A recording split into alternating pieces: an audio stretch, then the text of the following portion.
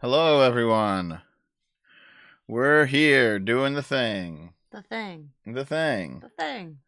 Oh. Yes, it is a Monday morning sip. Sorry we missed yesterday. But you know what? I was at work. Yeah. I'm saying we as in the channel. Sure does. Yes. So I was doing a lot of work yesterday. I have a very big video coming. It's not the trucker video. Shut up. But you know what? I think you guys are gonna enjoy it. I worked really hard on it, and also Naomi played really hard getting all the footage for it. Yep. What's going on, guys? Oh, and I guess are we doing more Stellar Blade tonight? I don't know. We could if you want. It feels how. I mean, we probably should because you're not working tomorrow, so we have like time to go a little bit late if we need to. I mean, I guess. Yeah, I still want to start like a little bit. I mean, right now it's 9:30 a.m. Let's say we're done this by 11 or 11:30 because it usually takes about 2 hours to do a sip. It's only because you argue with the chat for a arguing with the chat is fun. For an hour and 45 minutes of those 2 hours. Arguing with the chat is fun. Oh, Katie, if you join the server, make sure you get into the full server, not just the sewers. But listen, we should probably start like at 5 o'clock. Maybe have some dinner after we go out today. Listen. Just listen to us while you're at work. Just sneak in an AirPod into your into one ear and hide it with your hair or a hat.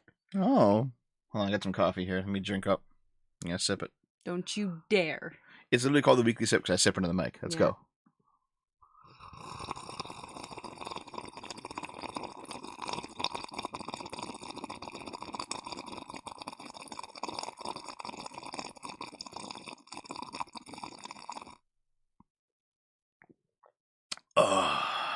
It's so good. You're so gross. Coffee's great. Coffee is great. You are gross. Hello, everyone. Wait, Shattered. Shattered, are you one of the new mods? Wow, Dev. Are you one of the new mods that I haven't given a mod role to, and I'm not totally sure who you are because I'm a dumb fuck who doesn't pay attention? No. I'm pretty sure.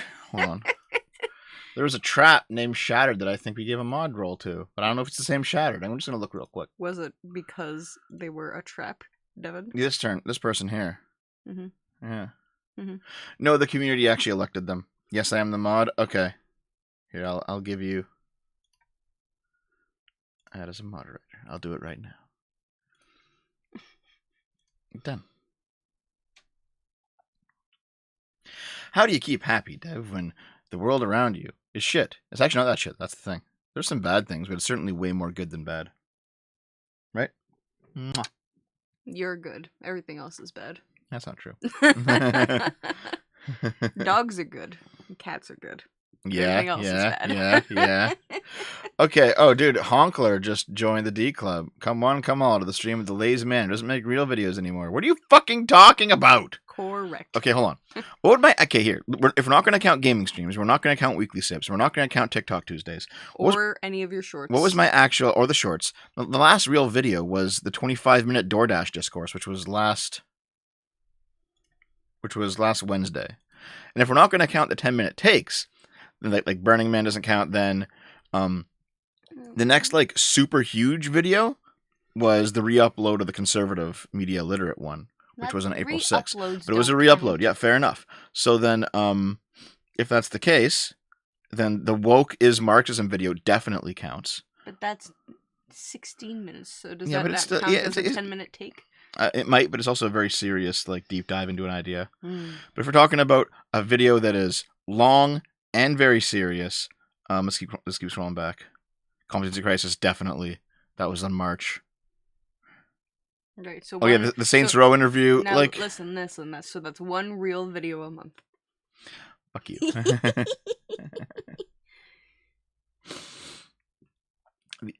Did the Devontae's channel get nuked? Listen, that's not my channel. Sorry. That was a fan-run channel, and apparently another fan is going to set one up. So, if it appears, it appears. If it doesn't, it doesn't. That's just how it is. Any plans to long man any other media like the Obi-Wan show? Yeah, I did like that 2.5 hour video on the Obi-Wan thing. Cause like, well, that like spread out to be like just my thoughts on Star Wars in general. I did do watch along parties, like party videos where it was like me and Lilith and Arch and Kibbs, and we did Lord of the Rings and we did The Last of Us. And those didn't really have much traction. Mm-hmm. So it's just like, well, you guys don't seem to want to watch those, so I guess I'll try to find a different format or something. I don't know. I think it was probably just because it was like a watch party.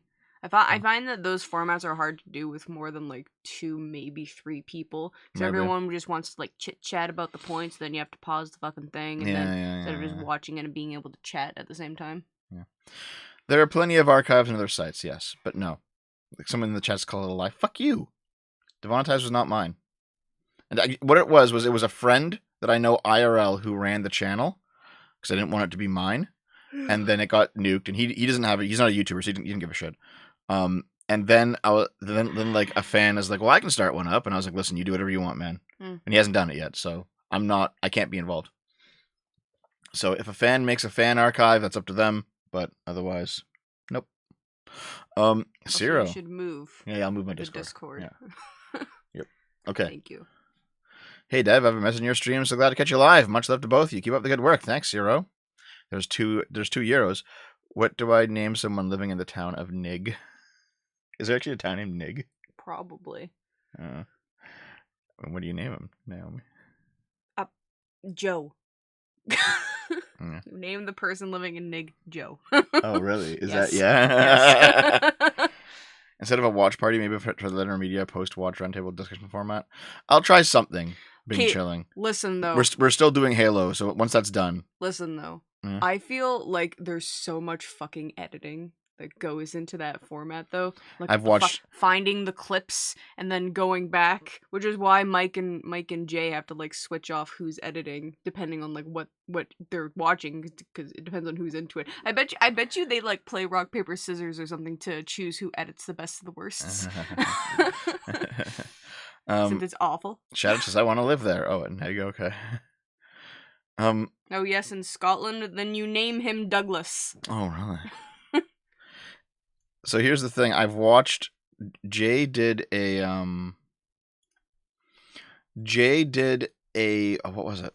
A Patreon video. Yeah, a Patreon video where he showed off how he edited a best of the worst. It was awful. And I knew pretty much most of the tricks that he was showing off, but it was still good to see. Mm-hmm. And I was watching it, and I was like, "That he took like several days to do it." So yeah. So for Camaro, my ideas are superior because I can eat more pizza. That sounds like something you do.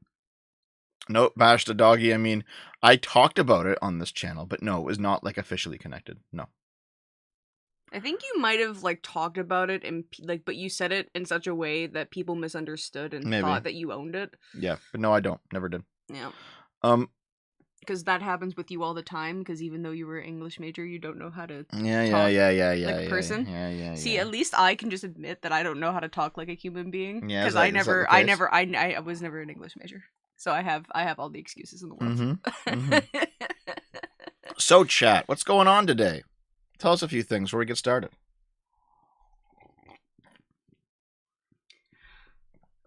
Oh man, coffee good. Anyway, you know what? Since work, says Avantal. Well, yeah, it's Monday. Yeah. According to Garfield, it's the worst day of the week. Yep, and we are getting less viewers than normal because it's Monday. That's normal. Rip.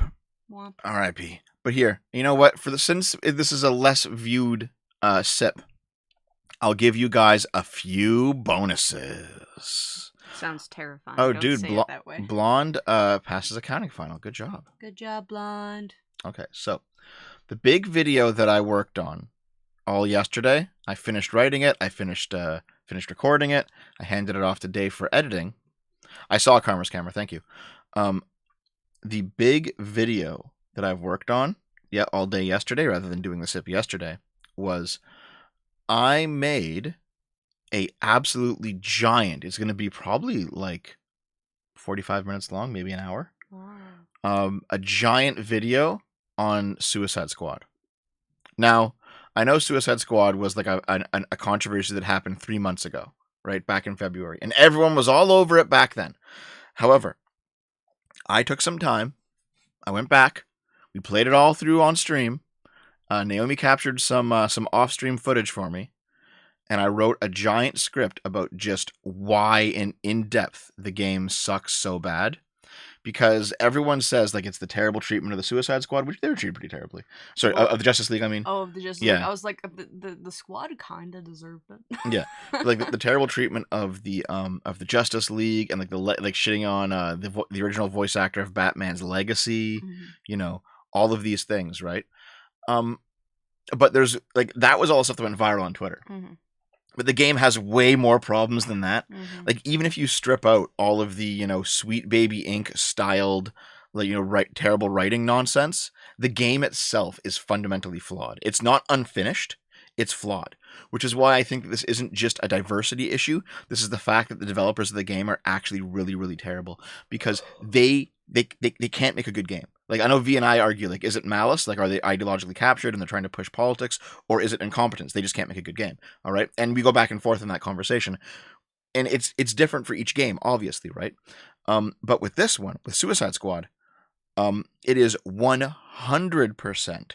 100% that they can't not 100%. It's like 75% that they're actually completely incapable of making a good game.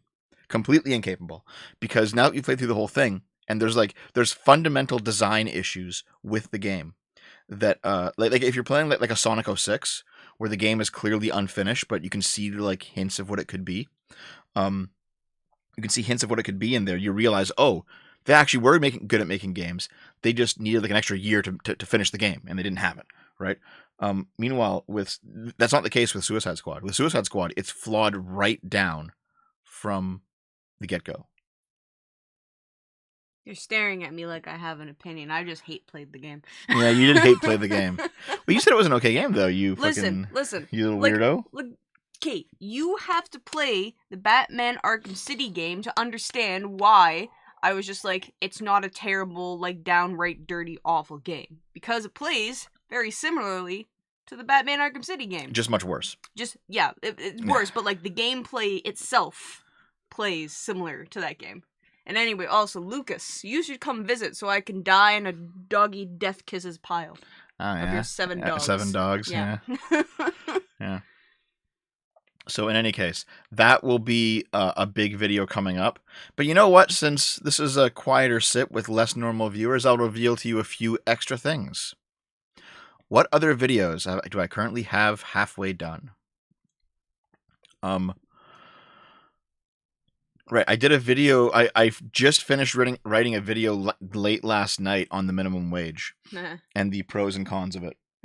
Oh no, it turns out that it's actually probably more a bad policy than a good one when you look just the straight numbers, which sucks because it does actually help out a lot of people at the very bottom of society. It helps them out just straight out, and you can't deny that. However, it causes a lot of bad downstream effects. Yeah, and also just the idea of being paid hourly, it actually hurts anybody who's competent at a job. I mean, it does, but then there's the fact that if you're working what's currently a minimum wage job, I would rather, probably be paid hourly than have to be like, oh no, you're gonna get paid for 8 hours, but you have to stay here for like 12. Or 9. Yeah, but here, consider this, right? Like, let's say that I'm an artist, right? Hold scenario, $5. Thank you. They're clearly incompetent, but that doesn't take away from the malice. I can forgive making a bad game. It's not a dichotomy. No, I agree with you, and I make that point in the video too. You don't worry. You'll see the Suicide Squad video probably Wednesday or Thursday. God, can you stop asking the same fucking questions? I've answered this question like 18 times in the past 3 weeks. Shut up. They keep talking about the demonetized channels. I've already answered it. Shut up. Well, then stop responding to the comments. Just I'm not answering it again. Fuck you. Then just ignore No, I'm yelling at them because they deserve it. What? No, they don't. Yes, they do. No. Okay. Trucker video whenever I want it. Shut up. Okay, so listen. Regarding minimum wage, there's a... wait, is there actually an Are You a Fascist test? Is that real, Woodworm? I'm going to go look it up.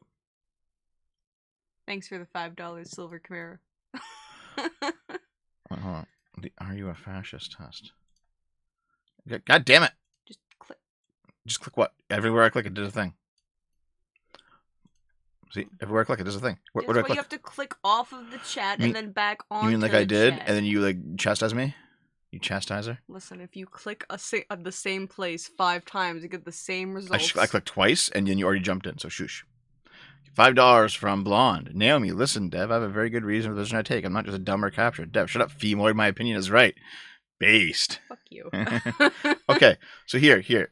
Let me give you the minimum wage argument, okay? The minimum wage argument is like, sorry, the anti-minimum wage argument. Here, let's say that I am a artist, right? What kind of artist? A graphic designer? Doesn't fucking matter. A paint on canvas? Doesn't matter. Actually doesn't matter. A pixel artist? Doesn't matter. You know what? Fuck you. Okay. Fuck you, Naomi. Okay. So, let's say I'm an artist, and you want to commission me to make a piece of artwork, okay? Mm-hmm. And I tell you I charge $10 an hour, and it's going to take me 10 hours to make the artwork, so that's $100, right? Now, if I like start doing my art, and let's say that it actually I do it really quickly because I'm actually really good. I only work 5 hours, so I only charge for $50 instead of $100, right? Or let's say that there's it was actually unexpectedly complicated. There was some problem, and it takes me 20 hours, so now I have to charge $200 instead of $100. So like it's half and then double, right? So the issue is, if you are paid by the hour at your job, the better at your job the more skilled at your job that you get, that means the less time it takes you to do the job, and so you end up doing more work for the same pay. So basically, getting paid by the hour punishes people who are better at their job. I mean, I don't disagree with that take, but it also just depends on the job. But here's the thing. Well, like, no, listen, I can actually use your real life experience as an example. So, when you were at your shitty grocery store jobs, would you have been a better worker if you were paid salaried instead of hourly? No. I don't know, probably not. No, exactly. That's my point. That I personally think that hourly should be paid for some jobs that are more, like, specifically don't have to necessarily be time dependent. Like, it doesn't necessarily matter how good you are at the job. It just matters that the job gets done in like within a certain amount of time. Yeah. Right? Then that should be hourly. And then if you get it done faster, then you're also just getting paid extra money for not having to do anything. Yeah. If you're forced to be there for a certain amount of time. However, more other jobs should be salaried, because then that way, if you're really good at your job, you should have the benefit of being able to leave early to go do other things and still get paid the same amount of money. Sure. But then the third option is getting paid per job, right? That's just called contract work. That's a thing that already exists. Yeah. But like that's the Uber example, right? So like that's also the art example. Yeah, but it is. But hear me out now. I want to explain it. So, if you're driving for Uber, you can choose to drive for an hour and just do whatever jobs you get. You can choose to drive for 8 hours, do whatever jobs you get. You can work harder or less hard, and basically your work is your pay is directly proportional to the amount of effort you put in for when you get paid per job, right? And so if you're an artist and you're a shitty artist and it takes you a very long time to do good work, what that means is now you're going to be spending 10 hours or 20 hours on a piece of artwork. Well, let's say that you're like a hyper competent artist and you can make really good artwork in like 5 minutes, so you can like rock out many different jobs throughout the course of the day and get paid really well for all of them, right? If you're hyper competent.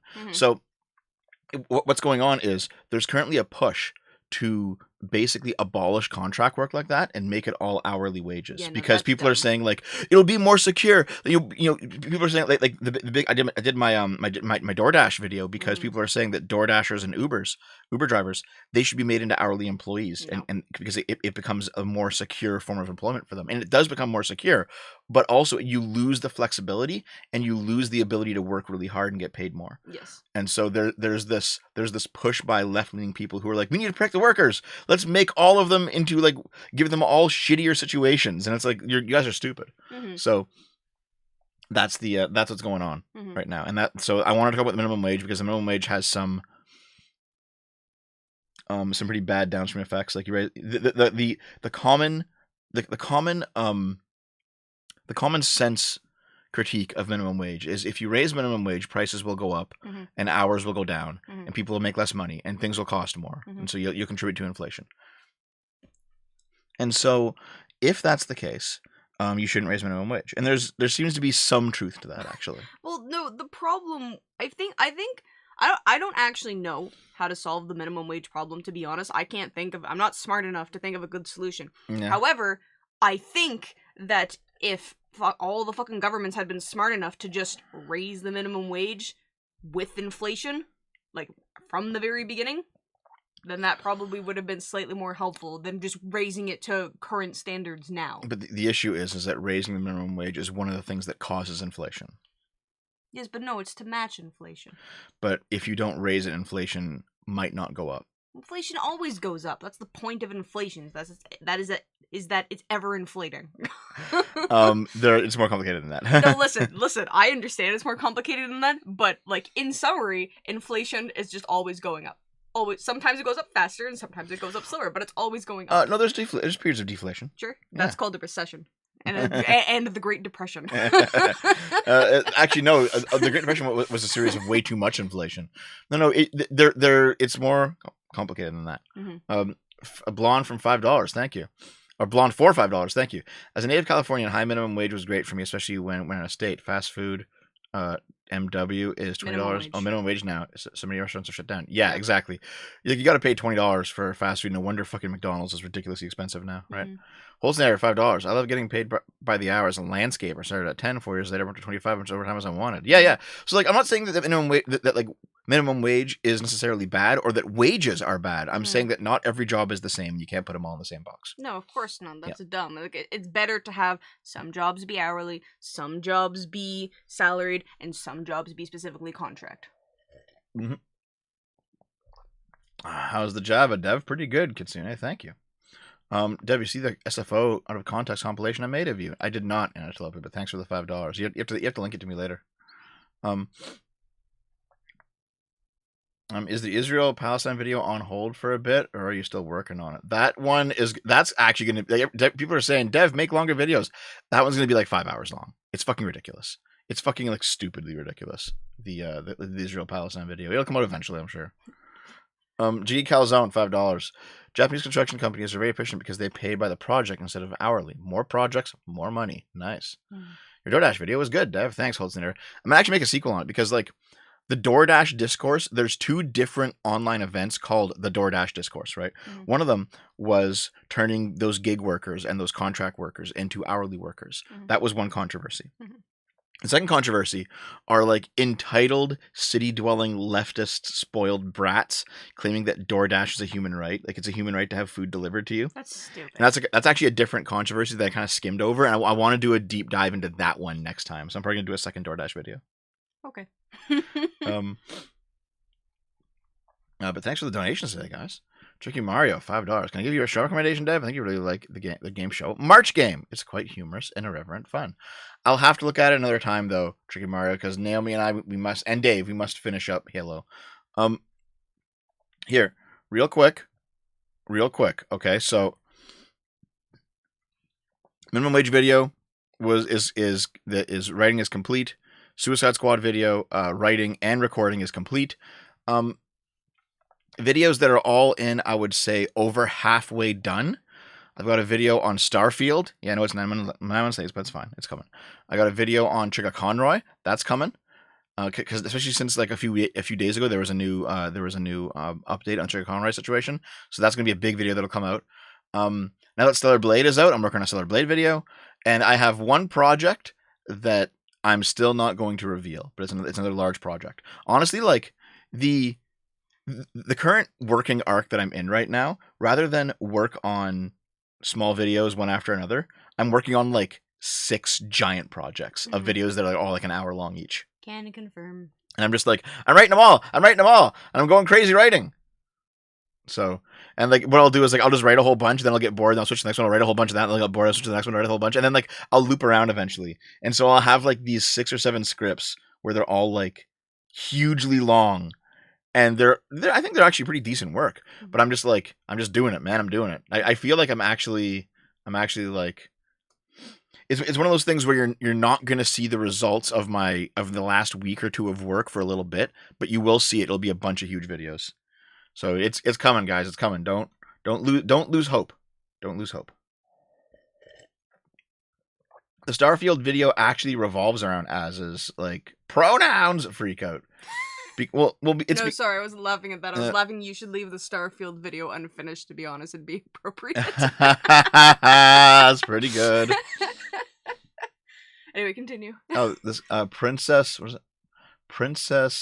Rescuer has been watching Cherry Conroy since back in the day. I never watched him, but I always knew of him because I was like a Game Grumps watcher, and all the Let's Players kind of run in the same circle, so like I knew of him.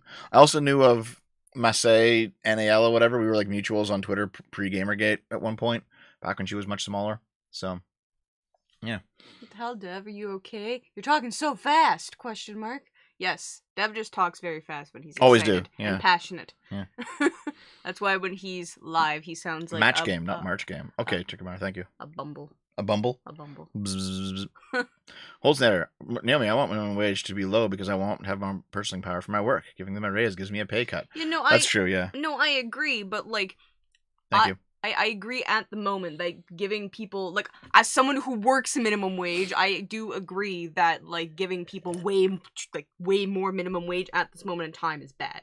Like, it's just, It's gonna be bad for everyone, but I personally think, and to be fair, I'm probably wrong, because I don't know a lot about it, is that if they had, you know, just raised minimum wage a little bit, every single time, a little bit, like, you know, every year for, you know, just to... I don't know all the fucking down and dirty details about the fucking inflation and the minimum wage, but I'm sure if they had raised it to be slightly more matching, then everyone... Yes, raised it. Yeah. Raised it. Then everyone else's wages would have also gone up. But they can't now because no one can afford everything because now minimum wage is too high because they're just like being like, oh no, we have to make it a living wage now. And it's like, well, it's too much now. Like when I first started working, a minimum wage was like $11 fucking dollars. And now I'm making like 17 something, and I'm just like, that's a lot. What's really interesting, actually, is so there's an effect where when minimum wage goes up, workers who are above minimum wage, their wage doesn't go up, which is an issue. That's a problem. Because now you have wage compression, but there's also price compression because McDonald's used to be significantly cheaper than like Five Guys, yes, or than like a decent restaurant, yep, and now it's only like slightly cheaper, yeah. So it's like, just go to the nice one now. Fuck it. Well, no, yeah, but I think that specifically is probably because of the issue of it being raised so much at the same time. Mm-hmm, mm-hmm. Because it has been. It's been a lot. I went over like 11 ways that minimum wage increases can affect a business, mm-hmm, and how they can like choose to, because they have to pay more, right? Yes. So how do they offset that cost? There's like 11 ways they can do it, and I go over it in the video. I'm not gonna spoil the whole video to you today. Yeah. Zach for $5 is the biggest hurdle for the trucker video. The fact you don't want to do it. No, it's honestly that the project's become way too huge. The problem with the trucker video is going to be similar to the problem with the Israel Palestine video right now. Is that it's like a 5-hour video. And that's what you just make it into 3 parts. I don't want to. I want to do it all in one. Oh, you poor baby. I feel so Yeah, sorry. fuck you. Let's see here. Oversized Trash Panda, $5. Sorry I am for dev content. I do genuinely appreciate the big vids over small pseudo daily vids. Also fat. Listen, just watch the daily, like the evening streams. Do when I'm playing video games. There's your dev content. Join in. Mm-hmm. But thank you for the $5. Wholesale $2, but not everyone else's wages go up. Yeah, exactly, right? Yeah, no, I know, but like that is the main issue. But I think that it had been a regular thing that everyone else's wages would have also gone up, probably, you know. But now it's too late. Like, it's too late and everything's fucked. like, I'm not saying, like, this is a current solution. I'm just saying, like, everything's fucked. But if things had worked better in the past, it might not have been so fucked at this moment. That's all I'm saying. Yep. €5. Naomi's right. Most countries raise the minimum wage way more frequently than the U.S. has done. Yep. Mm-hmm. Yep, that's true. Even Canada, because Canada and the U.S. are the same in that regard. Yeah. Yeah. Also, someone said that I should negotiate on my job better. Listen...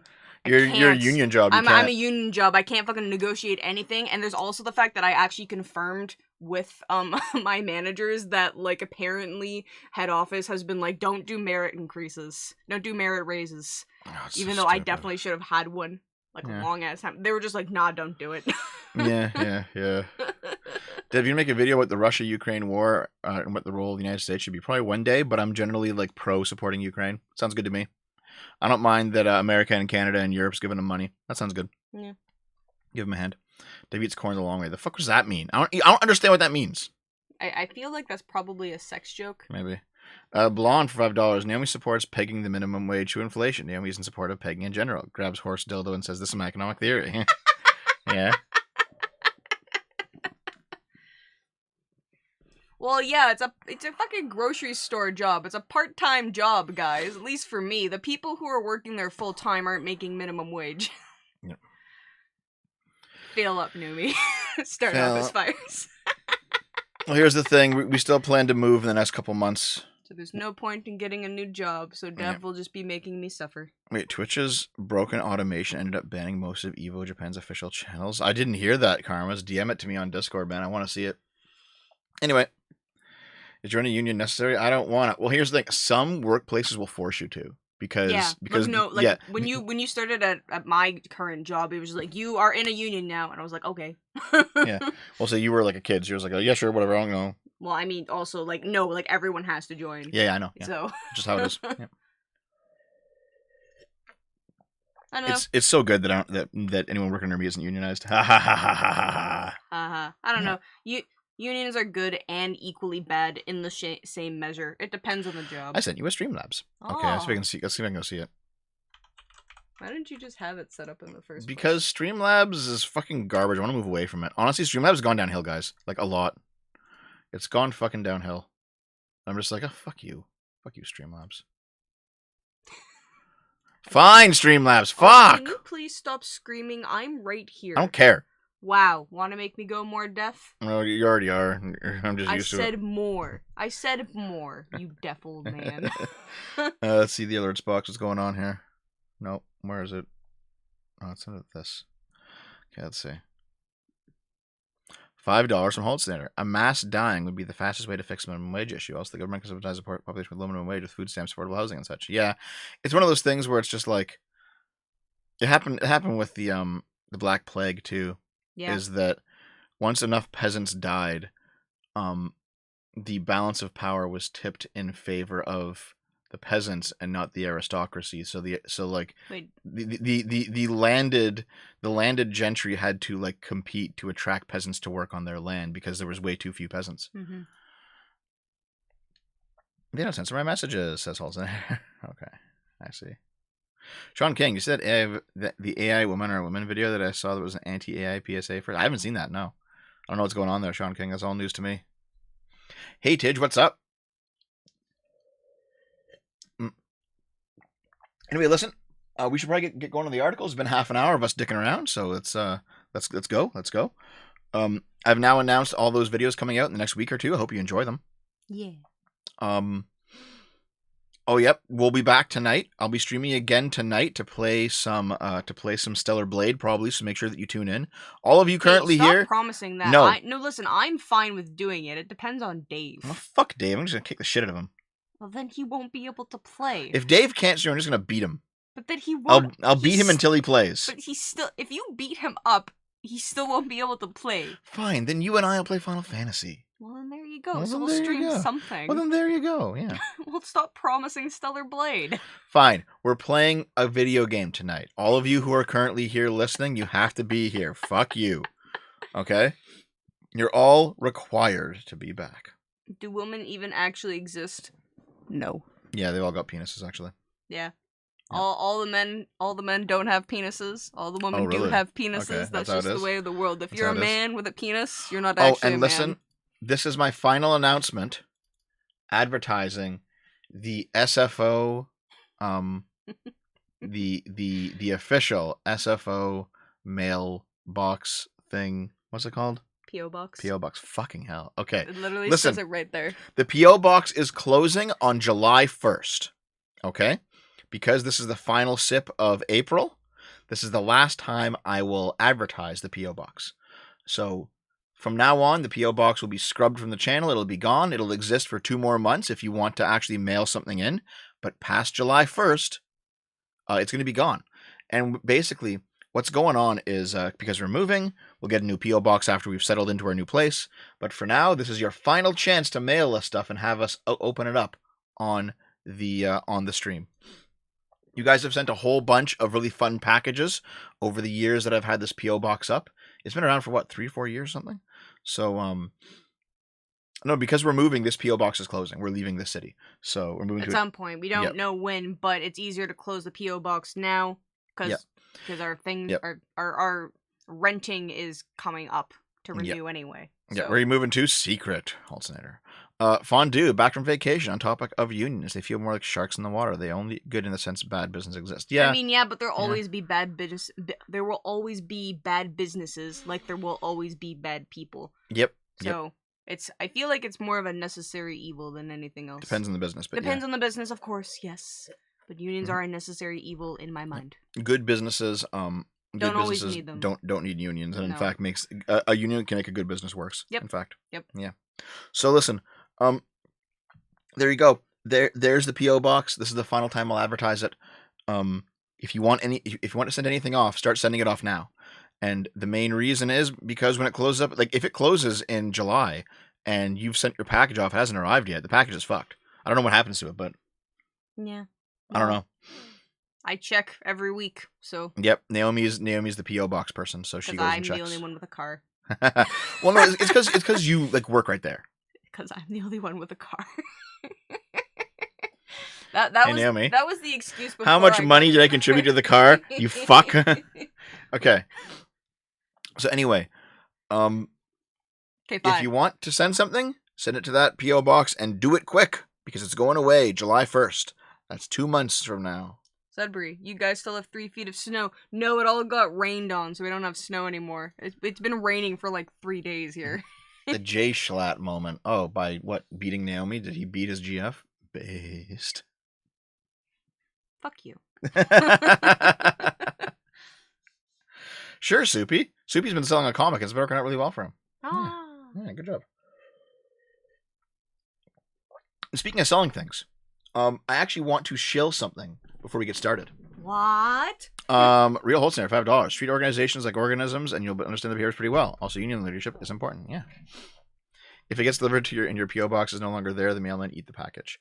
Oh yeah, dude, we gotta like tell Nexalis if he's still selling those cookies, you gotta send them soon. He's selling us cookies. Just add him on Discord. He's a mod. Add him on Discord. Okay, well later. Okay, so listen. I want to do a shill real quick. I'll just move this up here. We're gonna start the articles off with a shill job.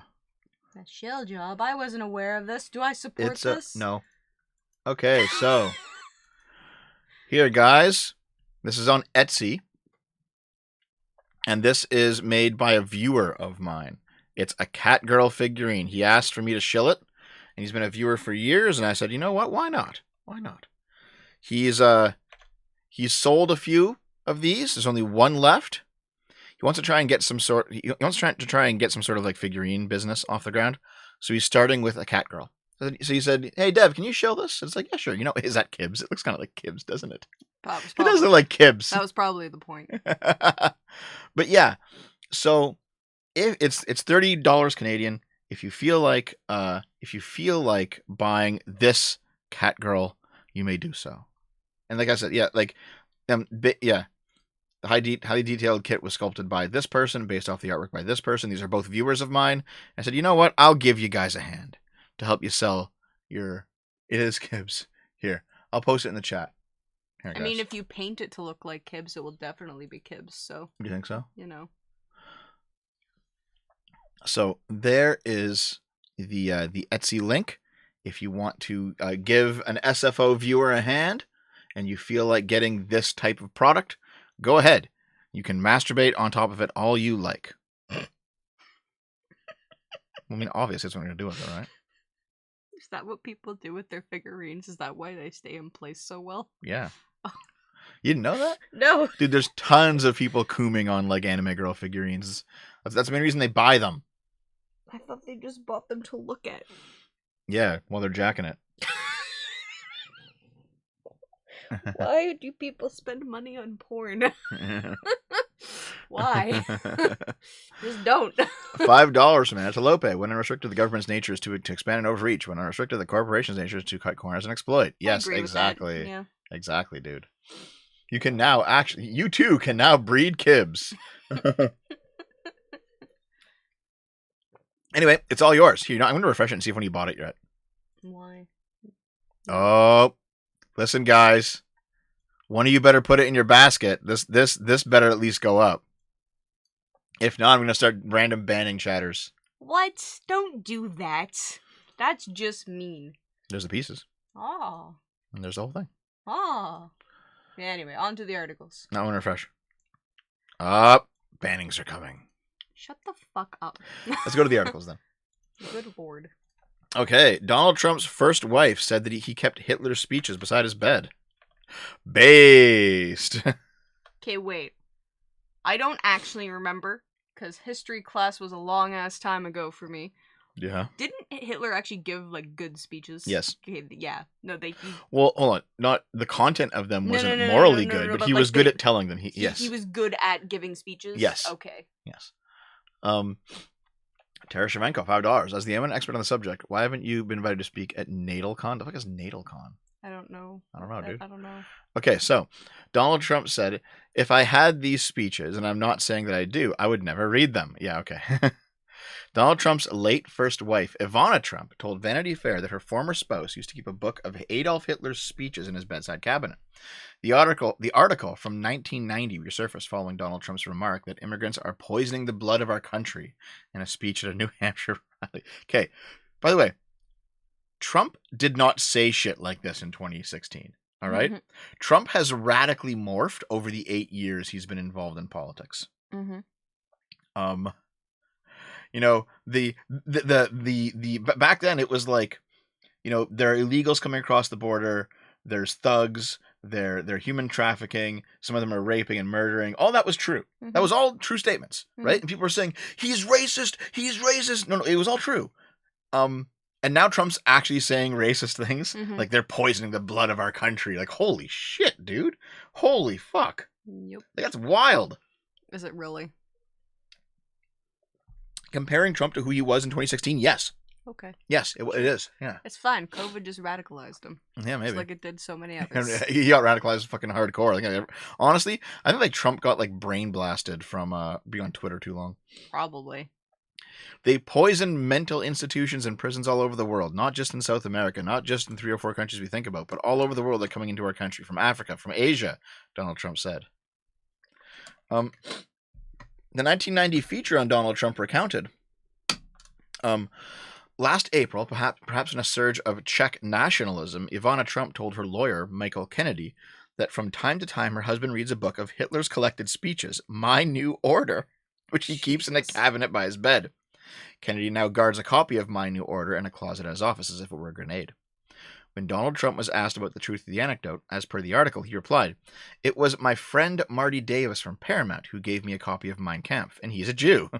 Mhm. To this, Marty Davis replied, "I did give him a book about Hitler, but it was My New Order Hitler's speeches, not Mein Kampf.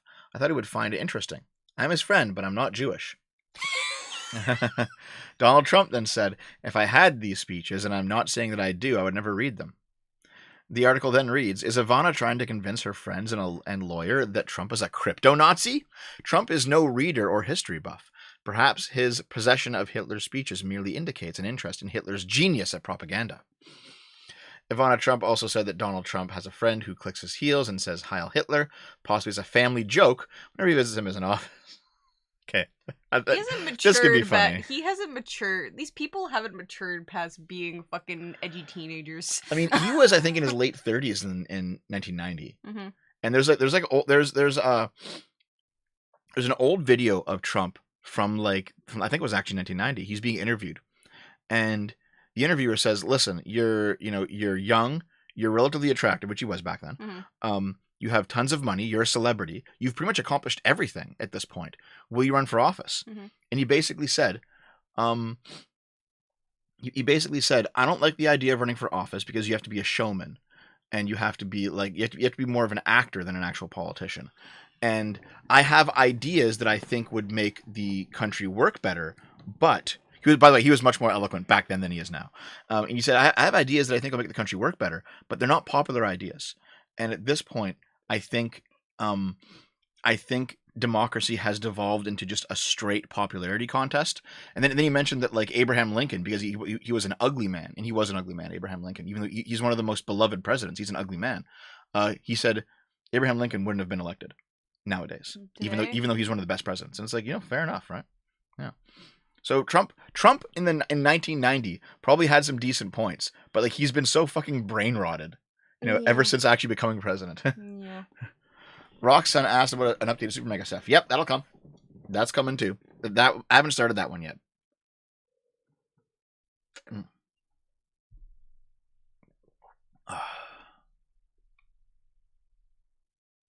Nope. I'm just checking to see if there's any new super chats. Thanks, guys. Thanks for all the super chats today, by the way. Anyway, regarding this, like, there's one right there. Blonde, $2. The interview was in 1978. Trump was born in 46. Okay, fair enough. Here's what's going on. I know that like leftoids on Twitter completely blasted me for having a copy of Mein Kampf. Mm-hmm. As if just simply owning a book by Hitler or about Hitler makes you like a diehard Nazi, which it obviously doesn't. My it's so favorite fucking thing stupid. about it's so dumb. The fact that you own Mein Kampf is that it literally says on the very first page is like, this book specifically is not endorsing any of these ideas. It's literally we are just keeping this alive to show you how fucking insane Hitler was. I'm paraphrasing, but that is what like the very first page of Mein Kampf says of like any modern copy. yeah. I mean, I have to do a video on this, and it's gonna be a video that will probably destroy me, but it's the truth. It is the truth. Well, then all don't. Right? Do that as your retiring video. And it's gonna sound very strange, and this is gonna be a clippable moment if I just say it. But it's the truth. It's the truth. Listen, for all the absolute evil the Nazis are and were. You should. No. How about I feel like we have pegged them if you have like a sliding scale of good to evil, we've pegged the Nazis at the point of infinite evil. Yeah. But they're not. And that has ruined a lot of political discourse when it comes to morality. Because there were groups that were more evil than the Nazis. And also, there's just the issue of like, if the Nazis were the absolute worst thing, then the absolute best thing must mean being anti-Nazi in all respects. But the Nazis valued strength, so therefore that means the best thing is to be weak? Like, no, that's ridiculous, right? The Nazis valued masculinity, so the best thing is to be anti-masculine? No, of course not. The Nazis valued virility. Should you be sterile? No. Like, there were so many good qualities that the fascists also appreciated that we shouldn't just give to the Nazis. I mean, yes, I do agree. But you'd probably have to state some more examples of what's evil or more evil than Nazis. Oh, just state some. Oh, it's obvious. Unit 731 with the Japanese against the Chinese. That was far worse than anything the Nazis did. Well, yes. How much do I remember about that? Not much. Explain. They basically conducted a bunch of scientific experiments against Chinese prisoners. But didn't the Nazis also do that? Yeah, they did. It was worse. It was objectively worse. Was it? Yeah. Okay. The Japanese did stuff the Nazis didn't even dream of. Okay. It was ridiculous. I kind of made a video on it, Mr. Bro, but I gotta go more hardcore, because here's the thing. Like, if you talk to a left-leaning people about morality, they say, well, I'm above traditional morality, all right? Good and evil doesn't truly exist. That's just like traditions, and it's actually, and it's just like, that's just traditional, old morality, and we don't believe in God anymore because we've advanced past that, and humanity's progressing. And then you say, okay, but you look at them, and when they say the word left, they mean good in the classical sense. And when they say the word Nazi, they mean evil in the classical sense. And that's their moral system. They haven't actually changed any of their moral thinking. They just say left versus Nazi instead of good versus evil. Yeah, that's dumb. Good and evil has and will always exist. Yeah. Like, you can't look at like a as long as humans exist anyway, like a human trafficker and be like, yes, this is a person who is not evil. Like, you can't say that.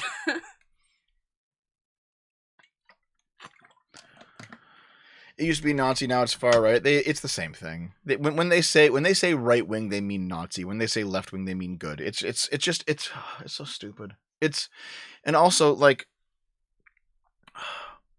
if you're going to sit down and argue with an actual Nazi, someone who genuinely believes, moral fagging out about it is not going to change anything. No. You're like, you're a Nazi? oh my God, you think it's good to kill the Jews? And the Nazi's like, yes.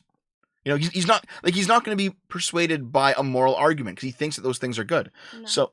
So you have to you have to show that Nazism doesn't even provide for its own stated goals, right? And that's a much harder thing to do because now you must engage with Nazism on its level, and no one's willing to do that. No one's willing to do that. Well, no, it's like that black guy who used to go and just like have conversations with KKK members. Yes. And like he would just talk with them.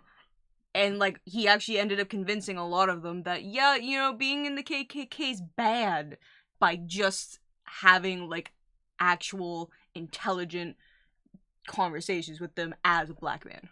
Yep. Yeah. Yep. I can never remember his name, and I always feel really bad that I don't, because he's like historical figure. Should always be remembered, but I never remember his name because I can't remember his name. Statutory Ape, did you catch the Such an Adam stream last night where they're covering the student who was insane? What insane student? I don't know what you're talking about, but no, I didn't catch it. Was it in America? Probably, yeah. Because, you know. Kilometers Matt for $5. Thank you. When's the Vosh video going up? That one's on the big back burner. Sorry, dude. Sean King, aka the Nazis breathed air. Also, the Japanese did things so evil in World War II, the Nazis had to step in and tell them to stop. Yep, that's true, Sean King. That's also true. Daryl Davis is the guy. Yeah, Daryl Davis. That's his name. Daryl Davis? Yep. Okay. No, here's what I mean, right? Like, people... Here, I'm sure you've seen this conversation, right? Where, like, if a Nazi and a socialist are arguing, they'll both soy at each other about their own death camps, right? Because the Soviet Union had death camps and the Nazis had death camps, right? And then if you have like a liberal who jumps into the conversation, they will both point at the liberal's hypocritical appeal to human rights because liberal regimes have also had death camps, but they're not quite death camps, but they'll make the conflation, right? Because they're work camps. Because well, no, because like you know, during World War II, the Japanese were interned, and it was completely ridiculous in both Canada and America. The way that natives were treated, the way that black people were treated, the way, you know, the king of Belgium was a liberal king, and yet he actually had extermination camps in the Belgian Congo. The way the British treated the natives in the Boer War, like there's a whole bunch of examples of liberal atrocities, and that would seem to say that liberals are not any morally superior to fascists or socialists, right? And there's probably some merit to that argument, even though in actuality, liberals are clearly morally superior because we have some stains in our past, but we've actually moved past them for the most part, and the fascists and socialists haven't. But nonetheless, let's just take that argument at its face, okay? That the liberal appeal to moral superiority is false. Let's just accept that. What that means is you now have to argue on the merits of whether or not these systems fulfill their stated goals, right? Because now because morality is now off the table, right? So if that's the case, like does liberalism provide more or less what it says it will? The answer to that is yes. Do socialism and fascism provide more or less what they say they will? The answer to that is no. And that's the difference, right? The difference is not that because here, I'll be very specific, all right? The worst possible interpretations of liberalism can be as bad as the worst possible interpretations of other systems, right? But the best possible interpretations of liberal systems tend to be far superior than the best possible interpretations of socialist or fascist systems. You understand me now? But like that is a hard fucking point for people to swallow. Because I mean, think about it, right? Because you basically, to even go down this line of logic, you have to ask people to accept the idea that you're just going to hand wave the crimes of the Holocaust. And like, that's rough. Like, most people will not do that. They cannot like morally stomach that. And fair enough. I understand why. There's a completely good reason as to why you can't stomach that. But if you can stomach it, I think you arrive at the best possible argument against those non-liberal systems. But this is what I mean by like, this is a conversation that most people aren't prepared to have, even though it's correct. You guys know what I mean? Am I making sense to you guys? You guys know what I mean? $5 from Sean King. You'll not just be there. No, I read that. Thank you. You haven't missed any. Tricky Mario for $2. The news media also played a role in Trump's rot. Yes, That's true as well. I have that clip of me from 2017 where I was like, listen, Trump's gonna one day do something really bad, and the media will have soyed out so fucking much about Trump, no one's gonna believe them. And that happened, right? The media soyed out on over that Han asshole Solo guy for making it like an anti CNN meme that was pro Trump. Like fucking CNN doxed this kid. It was ridiculous, right? Media soyed out over the Covington kids. The media soyed out over Rittenhouse. Like they were just wrong, wrong, wrong, wrong. They were so desperate to paint anyone who was remotely pro-Trump as being this evil fucking maniac, and none of it was true. And the media burned all of its goodwill with your average person. And then when Trump actually did come around and steal the election, which he did, and the media had to report on it, no one believed the media. Like what a fuck, like they set themselves up to fail on that one. Like, what a fucking Jesus. Okay. So, next article? Yeah. Anyway, that's a conversation. That's a video that I got to make at some point, but that's going to be a rough one to swallow, I think. Okay. Let's go. What's next? Conjoined twin Abby Hensel of TLC's Abby and Brittany is now married. Okay. Oh, no. We got to the talk about twins this. I'm thinking of? Scroll down. I want to see the picture. Scroll. Okay, scroll. yeah, it's these two. It is. Yeah. Oh no. So, oh no, what the fuck? You No. shouldn't be married. What the fuck? No, You're no, like no. heartless, Naomi. No, I'm not, because it said conjoined twin, not twins, which means one of them is married. Yes. Not the other one. Okay, so here's the thing, right? These two are roughly my age. They're a little bit older, but they've been on TV ever since they were kids because they are like completely conjoined. They are one person with two heads. Yeah. Yeah. They're one person with two heads. They share like all the same internal organs. Yep. They have two arms, two legs. It's Yep. one person with two heads. It's not like it's someone who you could just very easily kind of like slice them. Nope. Yep. Yeah. So the question then is, because they are legally two different people. Yes, they are, because that was proven by they had to like they had to pay two tuitions, but Yes. then they were at a job and only You're yelling sorry, really loud, yeah. and then only one of them would get a paycheck. So there was a whole thing in the media about like, well, if they had to pay two tuitions, they should get two paychecks for being at the same job. And there was like a whole, I don't remember the solution or the whatever, but I remember that. That's what I remember about them. Oh, sorry, 1001 Johnny, $2. I'm sorry, I was thinking, what election did Trump steal? Oh, my bad. What I meant to say is Trump tried to steal 2020 and he failed. That's what I meant. Sorry. You phrased that poorly. My bad for saying that incorrectly. Yeah. Mistalking. So yeah, here's the thing, right? Like they both had to get their own driver's license when they were 16, and that was like that was part of the big TLC show. Like they had like this ongoing show with their life until I think like after So after they graduated university, then they're like, listen, we just want to be private. Like, leave us alone. It's like, fair enough. You've been on TV your entire life. Mm-hmm. And frankly, now that you're not kids anymore, the story's a little bit less interesting because... Well, yeah. Who wants to just be like, we gotta work 9 to 5 and it fucking really sucks. Oh, God. Like... Dude, Shattered is like Cho'Gall waifu. Oh, my God. Okay. You must know who Cho'Gall is. You played some Warcraft. I didn't get that far. Okay, Cho'Gall is a two-headed ogre. Yeah. In Warcraft lore. Mm-hmm. Probably the most famous two-headed ogre. Why is there so many eyes? Yeah, well, he got corrupted at this point. Like he was more like this originally. But yeah, the two-headed ogres, they have their name has like Cho and then the apostrophe then Gall because one head is named Cho, the other one is named Gall. Yeah. But yeah, Cho'Gall. It's an interesting naming system. Oh. So anyway, imagining her catching your sister with your husband. Da da da. Thanks, Zero. So okay. Lucky man gets twice the head. Yeah, we gotta talk about this a little bit, right? So, Abby and Brittany Hensel, who documented their lives in a TLC reality series, have transitioned from a duo to a trio. Oh my God. Abby, the left side conjoined twin, has married Josh Bowling, a nurse and a United States Army veteran. And back in 2021, they live in Minnesota, where the Hensel twins were born and raised. They're 34, live in private lives since their 8-episode show, Abby and Brittany, in 2012. So here they are, right? Mm-hmm. This guy fell in love with one of them and married her. Oh, man. They're not going to have a happy life. So, okay. Let's discuss the logistics. There is none. They have one vagina, which they can both feel. Yep. When he has sex with them, he's having sex with both his wife and his wife's sister. His sister-in-law. Yes. His Sil. Yes. But he's only married to one of them. Yep. So, do you think Well, yeah, I mean, everyone deserves love. I get it. Yeah, I understand. But let's talk about the actual practical reality of this. Mm-hmm. Do you think they're actually in a 3-way relationship? Secretly? Yes.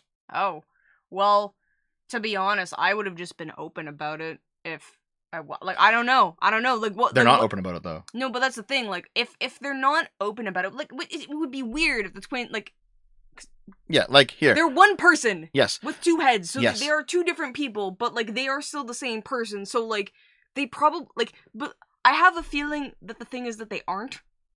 Yeah. In a 3-way relationship, and they're just trying to deal with it because the Dojin possibilities. Because oh my god. The sisters are in denial about so? Trying to fucking live a normal life. You think or so? Maybe they are in a like maybe you're right. You know what? I would feel a lot better about this if they were in a secret 3-way relationship, because that would be better for those two. For the sisters. They can't see my hands and I keep forgetting. Yeah. This is not the gaming show, Naomi. They can't see us. Listen, shut up. Starhawk $5. My sister played softball with them. She said they're very nice. Yeah. I mean, they always seem really nice, right? So here, yeah, they're conjoined twins in one body. If they were conjoined twins by the hip, I'd feel bad for both fully. Is it possible to cheat with a twin sister? Yeah, exactly. So here's the thing. Yeah, thank you for the donations, guys. Thank you to Terrace. But here's the question, right? So, say he wants a blowjob. Mm-hmm. Is the other person just looking the other way? Well, or are they both doing it? Okay, so I think. Which one has to consent? Yeah, no, like that's a fucked up situation. But like I think I actually heard another story about this from a different set of conjoined twins. Okay. That were fairly similarly conjoined. They're younger though and brunettes. I don't remember their names, but I think they said that one of them was in a relationship and they like the other one just wore like a blindfold and like headphones and stuff because they weren't conjoined as much as these two were. They had like slightly more separate bodies. Mm-hmm. So like they couldn't feel like they were having sex with when right. You know. But these two obviously can because they obviously can, but like I don't know. Like I would just find a man who's cool with like both of us being in a relationship with him. That's what I would do in this particular situation. But if they're not says doing one that, shaft, one balls. Exactly. That's what I was thinking too. Yeah, but like okay, so I don't know. Okay, so here's the situation, right? If he has children with whichever one he's having it with. I think it's Abby, right? Does it? Okay, hold on. Okay, I want to. I'm trying to parse this. Okay, so here's the set of questions. Let me just lay out all the questions without you answering them. Okay, I just want to lay out all my questions. Okay. Let's say he's actually in a secret relationship with both of them, and he has to only legally marry one because that's just how it is. But he's actually dating both of them, and I guess they're just fine with it. Okay. 1. When he has sex with them, does it count as a threesome? That's kind of an important question. All right, bro, why are we having this conversation? Because we are, PI, because we are. Okay. 1, does it count as a threesome? 2, when he gets head, do they both do it? All right. 3, when he's having sex with them, can they both feel it? Do they both orgasm? Is it weird that they're both experiencing the same orgasm? Is that kind of weird? Maybe it is. All right. 5, if he has, is this 5? I don't know. If he has kids with them, who's the mother? Which one of the two? Right? I don't know. Okay.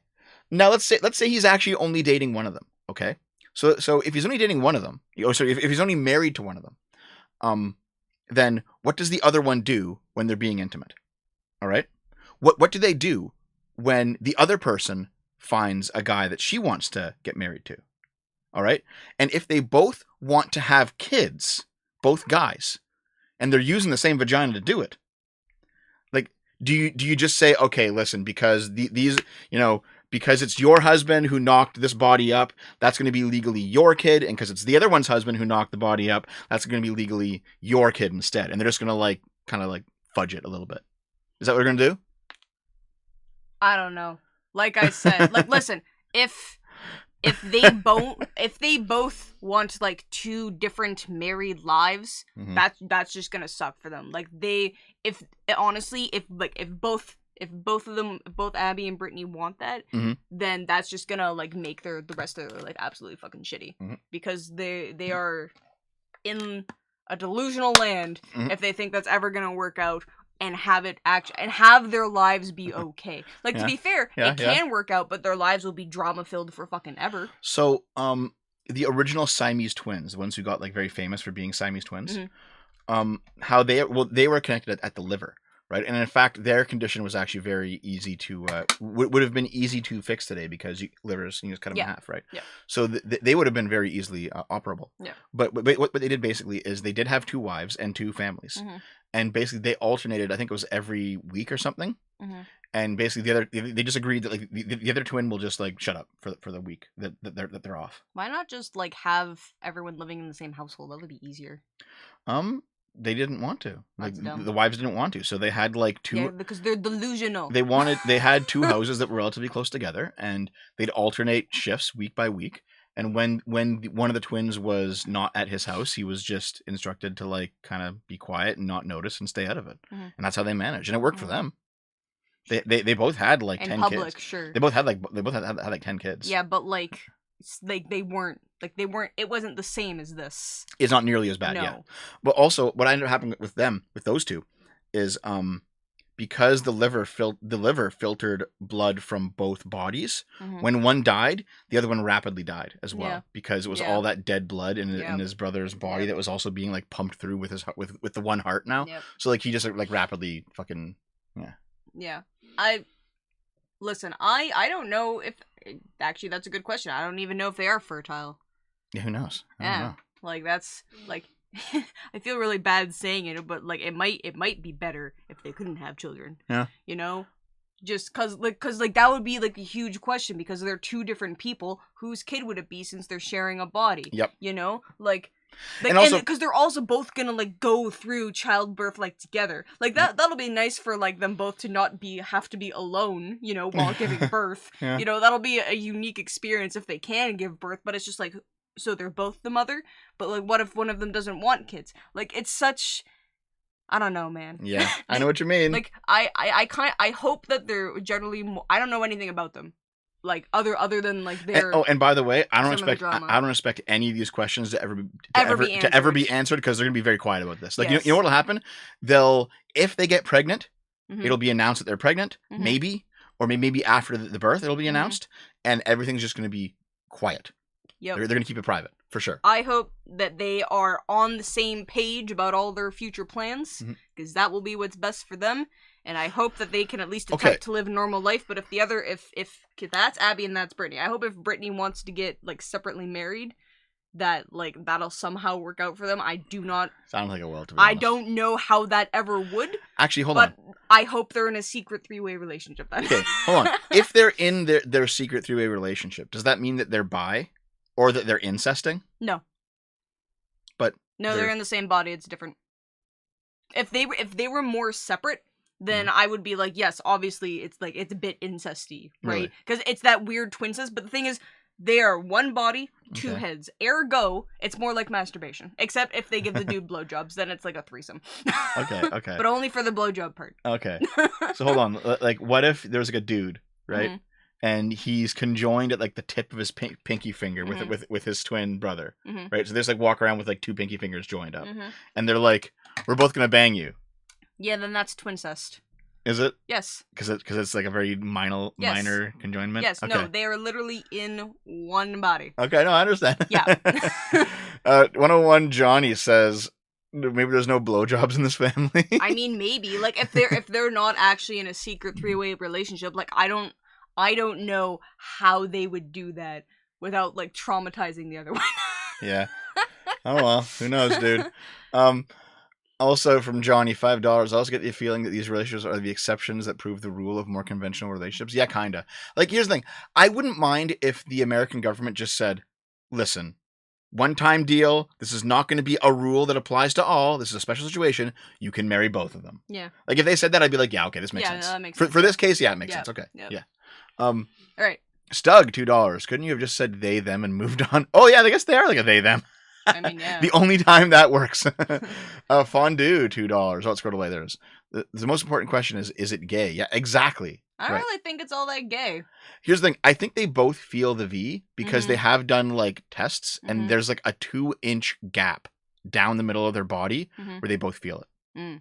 So when it comes down to the vagina, they're probably both feeling it. Maybe. Yeah. Or you know what? Maybe it's not as good because like it's actually just like they don't feel it as much. Oh, who knows? That would suck. It divides the feeling between the kiddos. Says for $2. Listen to you guys at work. This is I the hope- wrong time to listen to us at work, dude. I hope it's a stimulating conversation for you. Wait, they should become a Mormon. They have multiple wives. There you go. That's the way to do it. Yep. I Man. mean, if regular twins can like get up to weird incest shit when they're younger, these two probably Dude, did too. What if this guy is like a true Giga Chad about it? He's like, man, you know what? I fuck one girl, the other one comes just instantly. It's like, yeah. Okay, and with that, we are moving on to the next article. Jesus, Dev. Is there anything else here? No, that's it. They're both 5th grade teachers in their home state. Yep. Okay. They kept their marriage under wraps in the public eye. Yep. Okay. Yep, they're just dancing. Yep. And like, okay, he's looking at this one. Yep. Probably the one that he married. Yep. The other one is just like, There. she's also looking at him though. Yeah, well, she has to. She can't like turn her head away. Yeah, I guess. Bowling is seen staring into his blushing bride's eyes while Brittany supports her sister. I don't know, man. You see, like, that's kind of a sad yeah, picture. because she's like there, like just the chin back there. Oh, that makes me feel sad. Also, here's the thing. I think the one that's lower down, this Mhm. one here, has always kind of felt sidelined because she's clearly the other head Yeah. and she's the main head. Mm-hmm. So the fact that he's marrying the main head, like, Mhm. I wonder if she feels really bad about that. Like, if they're not in a secret three-way relationship, yeah. yes. Fuck, dude, that sucks. Yep. She's along for the ride, Def. Listen, I want to move on to the next article because now it's making me feel sad. I hope their lives work out. I don't know if it's going to, but I hope the best. $5 from Tereshchevenko. I'd pay them to publicly tell the internet to stop appropriating their pronouns. That's pretty good. I just want to quickly finish it up and see if there's anything else here. Oh, this is them getting married, yeah. Yep. They share a bloodstream and all organs below the waist, yeah. Control right arm, leg, left side. Yep, this is from the old show. Yep, yep. This is all stuff I've seen before. Yeah. I think I have this camera actually. Good lord. It was a camera I used to use for. It doesn't matter. Yeah, I'm kind of curious. How could you pick between the two? The father Mike said in 2001. Yeah, fucking hell. Oh, here they are. I mean, they seem happy. Maybe it'll work out. I hope it works out for I honestly do, because like they probably had, like their lives. I'm not saying their lives are bad. I'm just saying they probably haven't emotionally felt great for most of their lives. Yeah. Just, but like I hope that their lives for their married life works out. Yeah. I do actually hope that. I mean, they might not want to do the 3-way thing, but if they could do it, it'd be the best thing for them, I think. Mm-hmm. But who knows? Who knows? All right, that's that. Next article. I know that I've like no, let's talk about some more. No, let's talk about some more. Yes. No, let's move on. Let's move on. It's only because you are now ready to move on. It's not because I said we should move on. Yes. Yeah. Well, I'm the host of the show. Fuck you. Well, listen, I'm right. You know what? I'm gonna curse you with a second head. Are you? How many tits do they have? They have 2 tits. Imagine they had 4. It's like no. What if they had 3 and it was like they had 3 tits, like the character from was it Total Recall? Wasn't there also a 3-boobed alien in a Paul? In a what? Paul. Paul? The movie Paul. Didn't see it. It's about an alien. It's a stoner movie. Nope, didn't see it. Well, Dev. Didn't see Paul. Sorry, but I did see the 3-breasted woman. Oh, why is it all censored now? Well, you can see it in the censored one that she definitely has 3 titties. Yeah. The 3-breasted woman of Total Recall, guys. I mean, I am the extra head here at the moment. What if this is her? What if that's her? Well, it's not. Like that's incredible, dude. Mm-hmm. Would you, by the way? Of course. Just to say you did? More boobs is more love. Okay. Here's the thing. I've seen like monster girls that have like 2 boobs and 2 boobs below. Mm-hmm. And that was like udders. And I was like, I don't know. I might. Naomi's into udders, guys. I'm not into udders, but like if it's on a humanoid, then I might. It depends. Like it depends on how much like udders they look like, right? How much like udders? Like if they just look like a boob set and then a boob set, because udders are like engorged and like a bit like longer and like you can tell that they're all connected. But if it's just like boob set space boob set, then that's whatever. Okay, fair enough. Yeah. Let's go. Okay. Ah. A Nintendo employee's kid was behind the Smash Bros. 3DS leaks. Okay. Children ruining everything. This is yes. confirming a story from 2014. It's a relatively new confirmation from 2014. So, you might remember the big Smash Bros. 3DS leaks from back in 2014, which showcased a number of characters for the game before Nintendo announced them. There was speculation at first as to whether the leaks were legit, but with Nintendo of America swooping in with a copyright claim on videos and pictures shortly after, fans got all the confirmation they needed.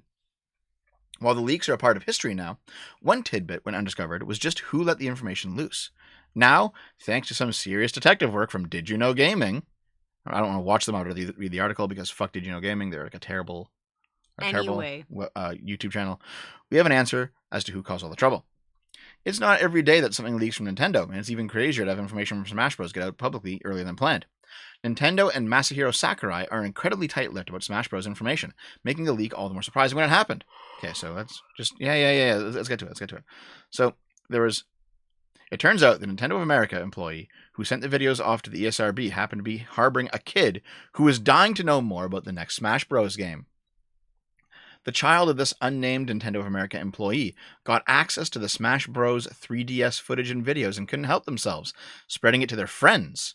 Of course, one of those friends couldn't keep the information secret, deciding to share it on 4chan. As you can guess, that move to 4chan was the kiss of death, and the information made its way onto the World Wide Web shortly after. So yeah, literally, guys, his dad actually worked for Nintendo, yeah. Yep. My dad works for Nintendo story is true. Yeah. Man, I don't think that's like, I know it's a meme, but it's probably not something that kids say anymore, do they? No, they did when I was a kid all the fucking time. They oh my god! They probably say their dad works at Google or something. At Google. So once Nintendo found out who was behind the leak, they fired the employee. Oh my god! Imagine like you get fired from your job at Nintendo because your kid stole shit from you and leaked it to the internet. Listen, you're gonna come home and beat the shit out of that kid. Listen, this is why children are terrible. You're just gonna come home. You're gonna have like a fucking giant Wii U gamepad, just slug them across the face of them. Boom. Also, I think you're gonna have to explain to some people in the chat why Did You Know Gaming is bad, because I don't know, but I don't care. I'm not gonna get into it now. We're already running slightly late. Are we late? It's almost 11. I wanted to be done by 11. Yeah, sure, Def. Oops, we'll be done by 12. The I'm sure. sip takes 2 hours. It's only been 1 hour and 16 minutes. Oops. Let's keep going. Declaring yourself a non-feminist is an act of discrimination, rules a tribunal judgment against an environmental agency manager who was unhappy with its pursuit of diversity and inclusivity. So, what? If you say you're a non-feminist, that's considered an act of discrimination. That's pretty fucked up. Yep. Declaring yourself a non-feminist is an act of discrimination, a tribunal has ruled in a judgment against an environment agency manager. The hearing accepted that the worker genuinely believed in non-feminism, but the tribunal was slightly perplexed by the concept. I don't understand. How could you be a non-feminist? I don't get it. Oh my god. 1001 Johnny, $5 is because DYKG would play Minecraft with JonTron and Pro Jared. I actually like those two. No, it's not about that. I'm not gonna get into it, man, but thank you for the $5. Kevin Legge, an experienced manager in his 50s who was based in Peterborough, claimed he was resisting his female boss's agenda to promote women over men. She just straight up, I'm just going to promote women over men because fuck you. Like, what? That's ridiculous, dude. Well, okay. To be fair, this is an article, and we do not know if she was actually doing that, or if he just thought she was doing that. Yep, we'll have to see. Yeah. As a result, he was discriminated against because feminism is a belief system he doesn't follow, he argued. Dismissing his claims, the judge ruled that not agreeing with equality and diversity in the workplace is a questionable belief. It's not worthy of respect. It's not compatible with human dignity, and that it conflicts with the rights of his colleagues. Holding such views could be in breach of equality laws, the tribunal suggested, and it dismissed Mr. Legge's claims of a conspiracy to remove males from management positions.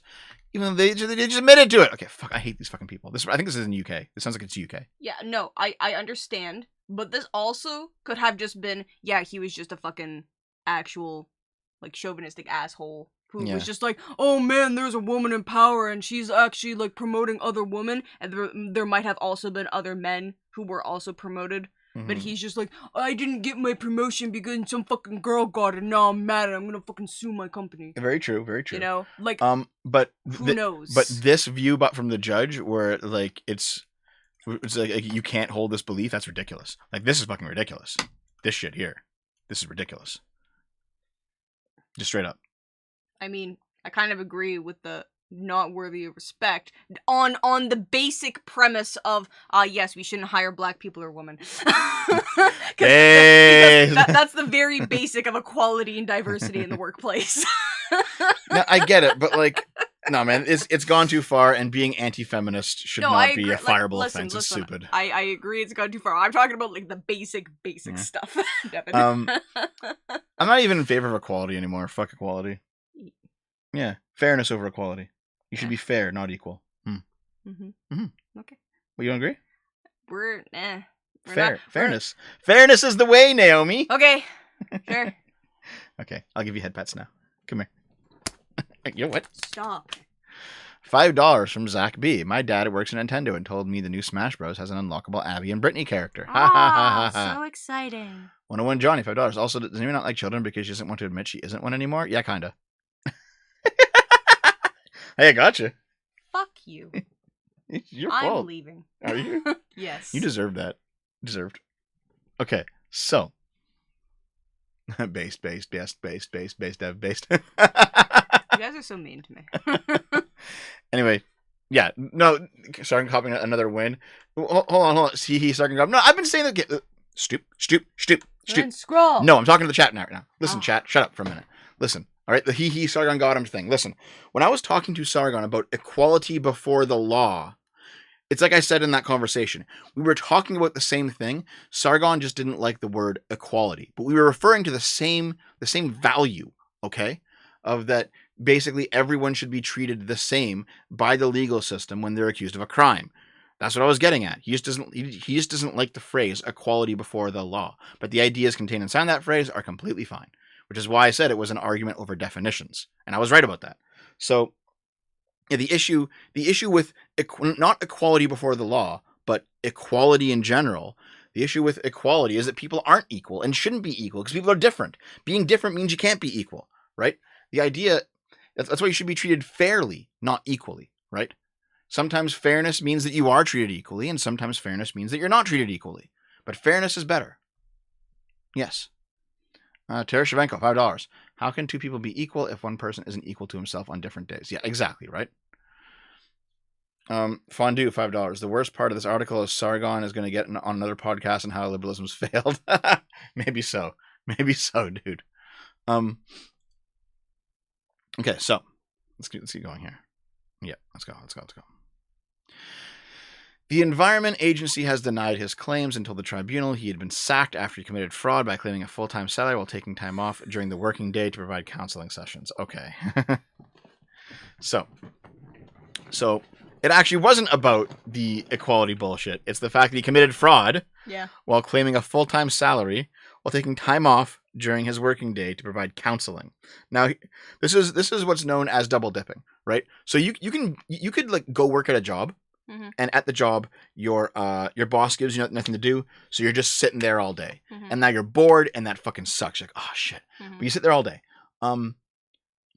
Now, if you're discovered, they might give you work. They might let you go. They might like move you to a different part of the workplace if you're discovered doing that. This is like the lost work or whatever phenomenon. Mm-hmm. Yeah. However, but like it's not illegal to do that. It just it's the responsibility of your employer. They haven't given you work, so or they haven't changed it, so it's not illegal. However, if you find yourself in this position where you're just punching in at work every day and you've fallen between the cracks and you're not being given any work, so you just sit there. If you find yourself in that position, and then you start doing a second job, mm-hmm. and so now you're double dipping, mm-hmm. that is actually illegal. It is actually illegal. I don't know how people get away with that on their taxes, especially like if they're two legitimate jobs. You know, mm-hmm. They're just like, yes, T4 is hello. Yeah. So it turns out that this guy, it's actually about the fact that he was doing counseling sessions while claiming a full-time salary from the Environmental Agency. Okay, dude. That's funny. The Employment Tribunal found that the father of one had behaved unreasonably in order to pay £20,000 of the agency's £106,000 legal costs. The tribunal was slightly perplexed by his philosophical belief of being a non-feminist. It would appear to the tribunal a feminist is simply about all genders having equal rights and opportunities as men. I mean, it's not what feminism is about. Yep, it is not what feminism is about. Can confirm. Something the environmental agency has strive to achieve is an inclusive workforce and still maintaining the best candidate for the roles. It is an aspiration that the workforce fully reflects the diversity of society it seeks to serve. They accepted that he genuinely believes in non-feminism. However, he cast doubt on his validity, saying it just about qualifies as a belief rather than an opinion or viewpoint, even though even that is questionable. Okay, so it seems like the feminist part is what made it kind of go viral, but the question is the fact that he fucking claimed a full-time salary while doing another job. Okay, all right. It's funny, though. Naomi was a former SJW feminazi. Yeah. I wasn't a feminazi, but I was definitely a former SJW. Don't head pat me. I'm so mad at you. Oh, you head pats. No! What are you mad at me for? I didn't do anything wrong. You are just dumb. How? Ergo, I am forever mad at you. That's just the way it is. Mm-hmm. Yep. Even though I love you lots. Yep. Nope. If I can't head pat, you can't smooch. Get out of here. Okay, fine. Well, you could head pat, then I'll smooch. Wait, hold on. Get your head close to the mic so they can hear it. It's like I hear it. Get closer. No. Here, I'm moving the mic over to your head. Come here. No. Yeah. Yep. So mean to me. Mean for giving you smooches? Okay. For not letting me headbat you initially. Yeah. You deserve head pats. Mm-hmm. Hey, someone in Twitch, post the Naomi head pat emote. I don't think it's on YouTube. I think it's only on Twitch. Okay, so. I think there's not much more to the story. Let's continue on. A second gay congressional staffer was filmed having sex in the Capitol building. Did you see the video of the first one? Where the guy yeah, he was like bent over and just like taking it in the poop chute in the fucking Senate building. Why was there another one? Stop having sex in the Capitol building. There it is. There's the Naomi head pats by Big Dro. Sup, Big Dro? Per Dev's request. Thanks, dude. Thank you. Okay. So, a Senate staffer made headlines earlier this week after a leaked video showed him engaging in sexual acts with another man inside the Senate building. He wasn't the first. Okay. In the video, a man masturbates inside a House office building which the outlet identified through furniture and a mouse pad brand with a conditional seal. In the second video, two men whose faces were not visible engage in sexual acts in another office. So this wasn't in the Senate chamber like that one fucking viral one. But, yeah. Wait, can you don't what? Head pat Naomi? Ah. Sorry, I did it. Sorry, Rizzy. All right, the staffer had not been identified, but was identified by Semaphore as a former senior House staffer of Republican U.S. Representative Dan Newhouse. Oh, it wasn't a Democrat this time. The last guy was a Democrat. This one's a Republican. Dev's love language is elf fearin head pats. Sounds about right, yeah. You know what that is? Nope. I'll show you.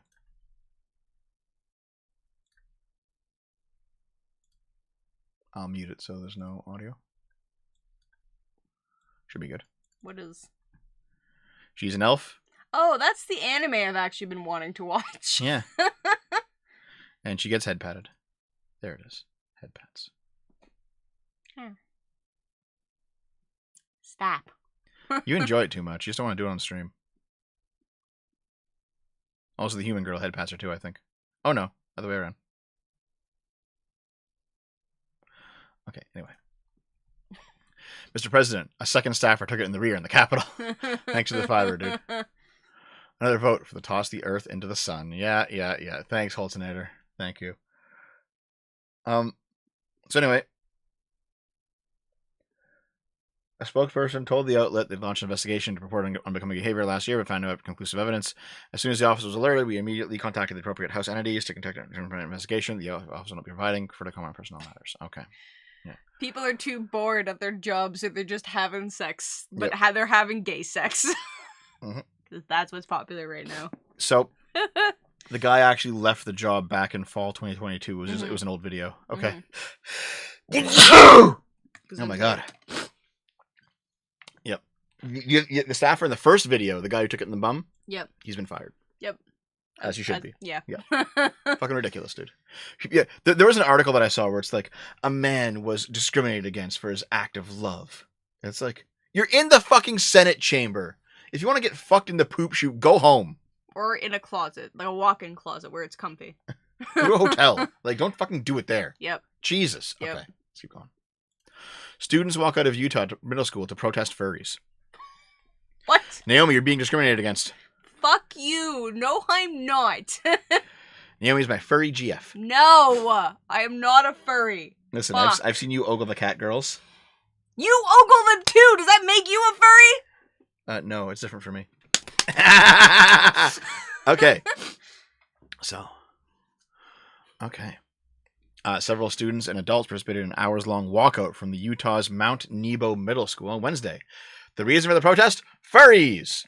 The petition was signed online on Sunday with an initial target of 500 signatures, a number of signatures that was reached by Wednesday, prompting the goal to increase to 1,000. Okay. The description of the petition says the administration of the school should more strictly enforce the district's dress code. Specifically, the supporters of the petition are trying to get stronger enforcement of the following section of the code. Jewelry, accessories, tattoos, hair, facial hair, other elements of a student's appearance that draw undue attention, distract, disrupt, or otherwise interfere with the learning atmosphere at a school, or at school activities and events, or create a health, safety, or welfare issue are prohibited. You should probably just reword that. Yep. Furry is a fandom, a furry named Strudel told ABC4. We don't think that we're animals. According to WebMD, a furry is someone who has an interest in animals with human qualities and who sometimes dress up as in a cartoon-like version of an animal. I really like the idea of animals that can walk and talk, so I'm going to dress up as one. That's kind of a fun sort of cosplay thing, Strudel said. And you shouldn't be cosplaying at school. Unless it's Halloween. Strudel said that there's a difference between furries and therians, who believe that on some level they are an animal. So the therians, I've covered therians on TikTok Tuesday because there's a girl named Horace who, she's a therian, and she believes that she's a hawk. And she says that she's trans-specied. Wait. No, there was another name for this on Tumblr, and I knew what they were, and then I forgot what it was. Yeah, isn't that just Otherkin? Yeah, they're called Therians now. They changed the fucking name of the shit all the time. So, because Otherkin, because everyone knew what Otherkins were and knew that they were stupid. Yep. And a lot of the Otherkin stuff is they try to attach themselves to like trans activism because they're like, yeah, we're like you. We don't we have a bird brain instead of our human body. It's like, you're retarded. Listen. You're just retarded. You want to know my favorite thing about Otherkins? Like, I can weirdly understand the people who are just like, I'm part animal, you know? Like, that's a weird fucking thing and that they shouldn't think. But you know what? I get that more than the people who are just like, I'm this fictional character. Because there's Otherkin out there who are just like, I am this fictional character. I'm the Hokage. Yeah, like actually. Like, yeah, I know what you mean. There's people who fucking think that they are Naruto, and I'm just like, no. Oh, fuck, dude. Yeah, you so are stupid. insane and need mental help. Okay. So why did the students protest the furries? Let's see. Videos of this protest were shared on social media. Students who walked out expressed some of their grievances, even calling for the expulsion and banning of the furries. When Bartholomew asked if their parents knew they were out protesting, the students answered with a resounding yes. Several children can be seen holding signs reading compelled speech is not free speech. Another was holding a sign saying, I will not comply. Another sign said, we just want to learn. The student says there are attacks from furries every day, but we were unsure of how many furries there actually are at the school, shouting out numbers ranging from 5 to 100 to identify as a furry. The school's furry population is accused of biting, scratching, spraying air freshener on, barking at, and chasing other students. You know, it's wild. I definitely had furries in my high school because I went to like the art high school, so like there was a lot of like you know those kids there, but like they were actually pretty chill. Like you'd see some of them wearing tails, and sometimes you just kind of avoid them, but like they were like actually chill people who didn't do weird ass shit like this. Yes, I miss those days. Cultinator for $10. But thank you very much, dude. The position of Western women should be one of supreme undying gratitude for us being willing to extend rights to them, and not for not responding to their protests with violence. Yeah. On a practical level, that's true, yeah. Yeah. Well, think about it. Like, here. You had a situation where women did not have the vote. Mm-hmm. Only men did. Mm-hmm. Meaning that only men controlled the government. Meaning that for women to get the vote, because women didn't engage in like a violent revolution. Mm-hmm. For women to get the vote, they had to convince men. The men had to say, okay, I agree, and then give it to them. Mm-hmm. So that was like men giving it to the women. Mm-hmm. So the women should be like, thank you for giving this to me. Mm-hmm. But they're not. They're just more radical. I mean, yes, or you could just be a civilized, not fucking monkey brain person and be like, yeah, we should all have equal rights, that makes sense. And also, fair rights. There would also be literally no continuation of the human race without women. So, you know. Yeah, but you know what? The human race continued for a very, very long time without women having rights at all. Yeah, I know, but if you're gonna go in to be a more civilized society, then it just makes logical sense for everyone to have fair rights in it. Yeah, but part of that part of being civilized is also being gracious. Mm-hmm. You're never fucking gracious, so... Are you fucking kidding me? No, I'm far more gracious than you are. Bull fucking shit, Absolute woman. fucking truth. The amount of garbage I put up with. The amount of garbage I put up from you. The amount of garbage I put up from you. From you. From you. From you. From you. From you.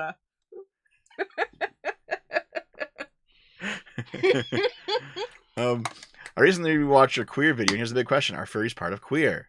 Because you mentioned Sippin a few times. Have you played? I haven't played much Sippin but I played it like a long time ago on PS4, but not recently. Thank you for the 25 PLNs, Numer. Furries part of queer? I think they are actually, yeah, by their own logic. Even if other queers don't want them in there. Fine, do $5. If the other kin want to be animals, would it be fair to not give them legal rights? No, fuck them.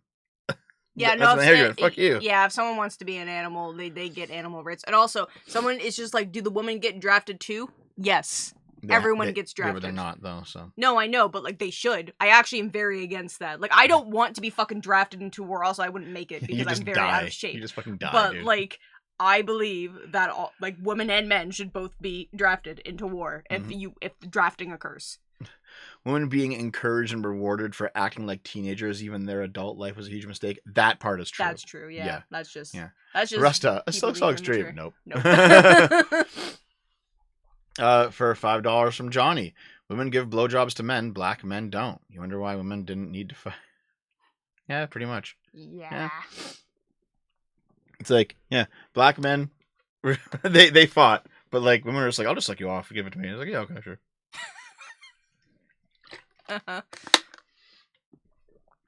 Okay. What do school officials say? Let's see. A lot of the information that's been put out there is completely incorrect and inaccurate. It's probably not, because most of the time, administration has no idea what the fuck's going on in the school. The school district... Jesus Christ. The school district said there have been issues with harassment or students making others feel uncomfortable or unsafe. Most of the online claims are false. Okay. The administration at the school addressed that with the entire student body, and they sent out a couple of emails. Some of those emails were misinterpreted, and parents looked to online formats to voice some of their concerns and questions. Sorensen said students are not dressing up as cats and dogs because there's a dress code in place. He doesn't think the videos have been shared online are from their schools. Who knows, man? Who knows? Is this an administration or a teacher? This is like someone in the school board, so higher up than the one. The administration doesn't know what's fucking going on with teachers. They're incompetent. Yep, they don't fucking know. Yeah. Holzner says, yes, because women are so concerned about Western civilization surviving and being strong. That's true. They aren't right now. So dude, so many of them are like, we're revolutionaries. Tear down America. America sucks. Destroy the system. And it's like, okay, that's America. Yeah.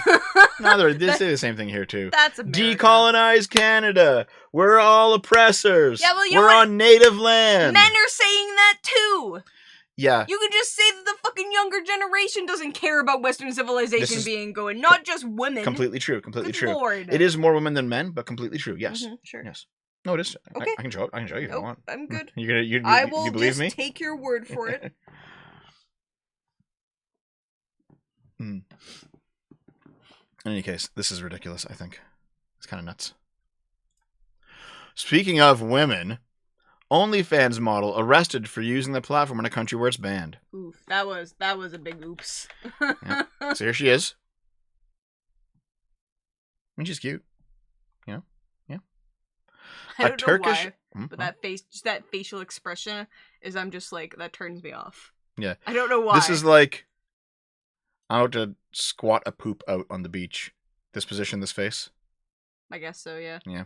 Okay. I am slightly constipated. A Turkish OnlyFans model was taken into police custody as footage from her account was reposted online after Turkey implemented a total ban of OnlyFans across the country. Holtzner, they're not men if they say that $2. So we found a situation where Holtzner will accept trans women as women and not men then. Okay, I understand. If they're like beta males and it's like they're women, okay, good. So we now have a path for right-wingers to accept that males can be women. Got it.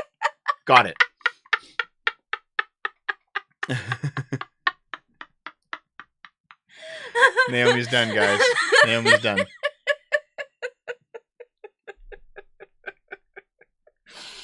Okay. Good job, Naomi. I'm good. Thank you. Okay, so while OnlyFans has become a larger and more accepted media platform in recent years, Certain laws in various countries pose issues for local creators. A Turkish model named Gizem Bagdakekek, whatever, learned this the hard way after she was taken into custody by police while an investigation into her content took place following some of her OnlyFans clips being reposted on another social media platform. OnlyFans was banned in Turkey back in June of 2023 after growing concerns about the moral threat of adult content within the country took hold. So here she is. It's the same position. Yep, Scroll up. She's a queen. With the same face. Kind of. Slightly different. But yeah, Same same face. position. Right. The 25-year-old influencer told the police that she did not post the material on the other platform, stating that one of her 160 OnlyFans subscribers must have been the one to repost footage without her permission. She said, "I am Avocado Greenie 1 on Twitter. I own the account named user. Okay. I occasionally share posts of my daily life on this account. Some of these posts include pictures of me in underwear and doing sports." Ah. Okay, so Sports underwear? I guess she's not allowed to do this. Let's see what she looks like. Let's take a look at this. Why? Curious. Why? Where's your Twitter? Twitter. God damn it. Fuck you, Twitter. Oh, it's been deleted. I mean, of course it has, right? She's like, I gotta scrub all the information. Dun dun dun dun. Yep. Okay. So the OnlyFans model has claimed that she has not posted any new content on OnlyFans since it became banned in Turkey. Following this incident, she is now looking to take legal action against anyone who copies her OnlyFans page. Good luck. Good luck with that shit, dude. So yeah, she's how long is she going to jail for? Oh, she was only arrested. She wasn't going to jail. Yep. For some reason, I remember hearing somewhere she was going to jail for 6 years for this, which sounds fucking wild. What? That's insane. Yeah, but who knows? Who knows? Ow. York City police officer accused of raping and inflicting severe injuries on a toddler. No, I read this and I don't want to. Mega leg, $5. Thought down. Okay. No. Sit up. No. A New York City police officer has been suspended and is facing charges after being accused of raping and seriously injuring a toddler. Stephen Cugini, 28 years old, of New York, was arrested and charged in Dauphin County Tuesday after being accused of sexually and physically abusing a 1-year-old child. I hope that he gets killed by the other people in jail and that the other people in jail don't have their sentences extended. Yep. That's what I hope.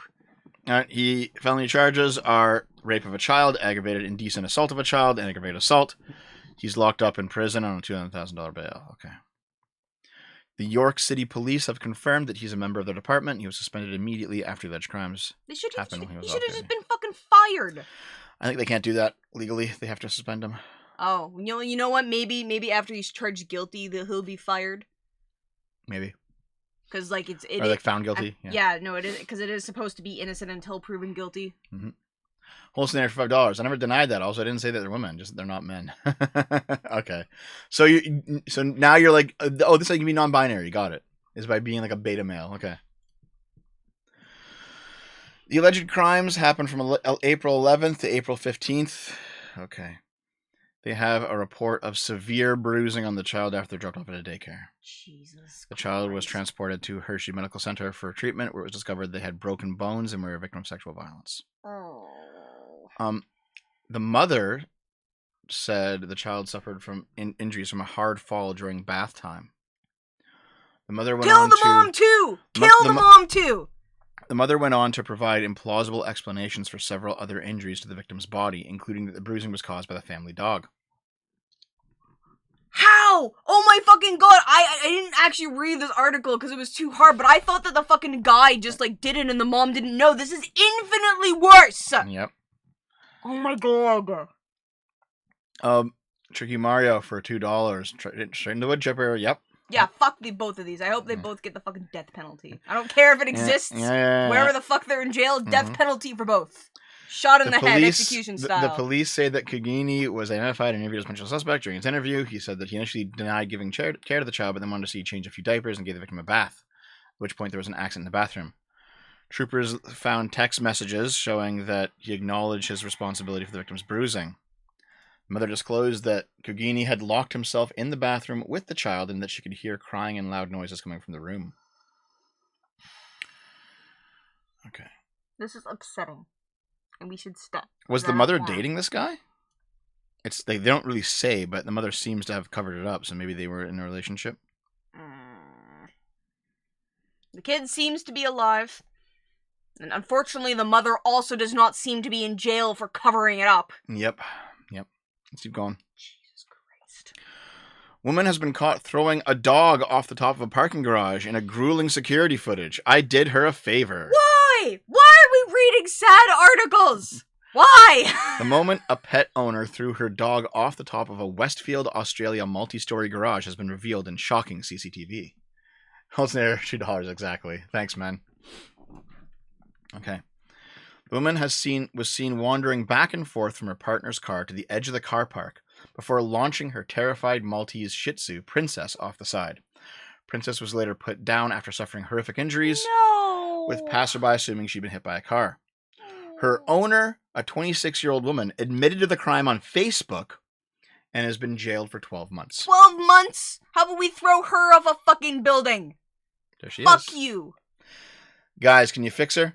No! Because she is cute. Can you fix her, guys? How about we just let dogs maul her face and then she just has to live with that forever? How No about plastic surgery allowed. how we let dogs dog pill her? No, Dev, don't make it sexual. That's fucking weird. We're punishing her. It's fine. That's fucking weird. No. That's still fucking raping the dog. The dog? No. What if the dogs are into it? They're like, the dogs show up and they're like, we want to get revenge for our brother. And they're all like massively roided up dogs with huge cocks. And it's like, it's time. Revenge. What the fuck is wrong with you? I want death, not weird sexual perversion from you. The dogs show up and they just ask the humans, like, listen. Dogs can't talk. The dogs show up and they're like, listen, humans, just put her in a room, tie her down, give us a bunch of Viagra, and we'll make sure justice is done. Oh my fucking god. What the fuck is wrong with you? Ow! Beatings. Beatings with something that is not my hand. Ow! Ow! So it actually hurts. Fuck you. Jesus. Listen. Holy shit. Ow! Stop! It's fucking deserved. Jesus Christ. Listen, the whole chat's like going, listen, you guys gotta understand jokes. Okay. That's not a joke. That's just fucked up. It was a joke. I didn't mean it seriously. I don't think dogs are actually gonna do that. I don't think you actually give Viagra to dogs now. It's a joke, obviously. Ow! Get him, noobs. Beat him. Beat him.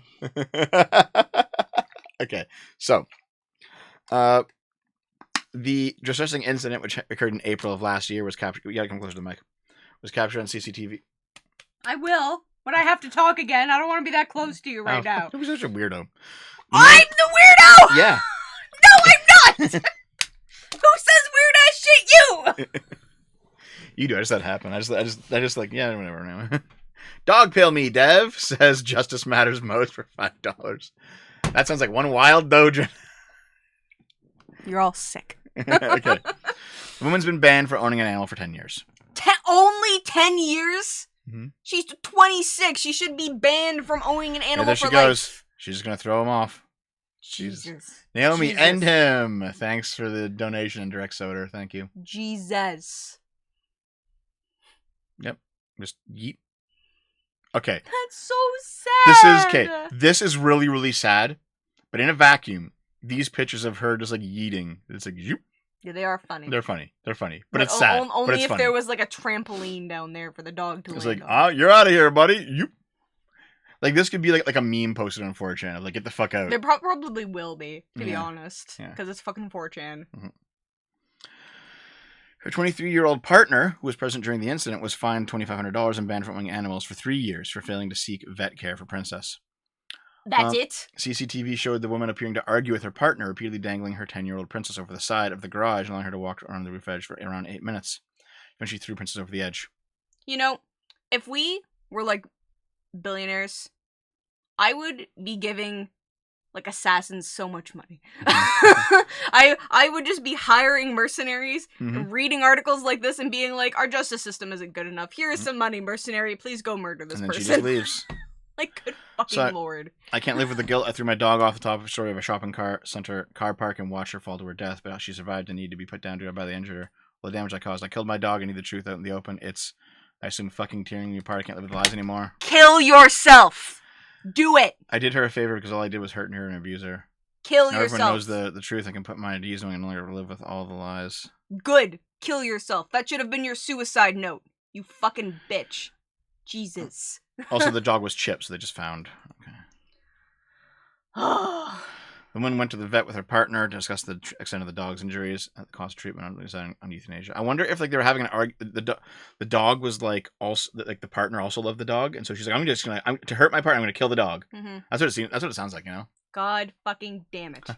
Trump broke the left, COVID broke the right, the dog people broke Dev. Thanks for the $5, Sean King. Thank you.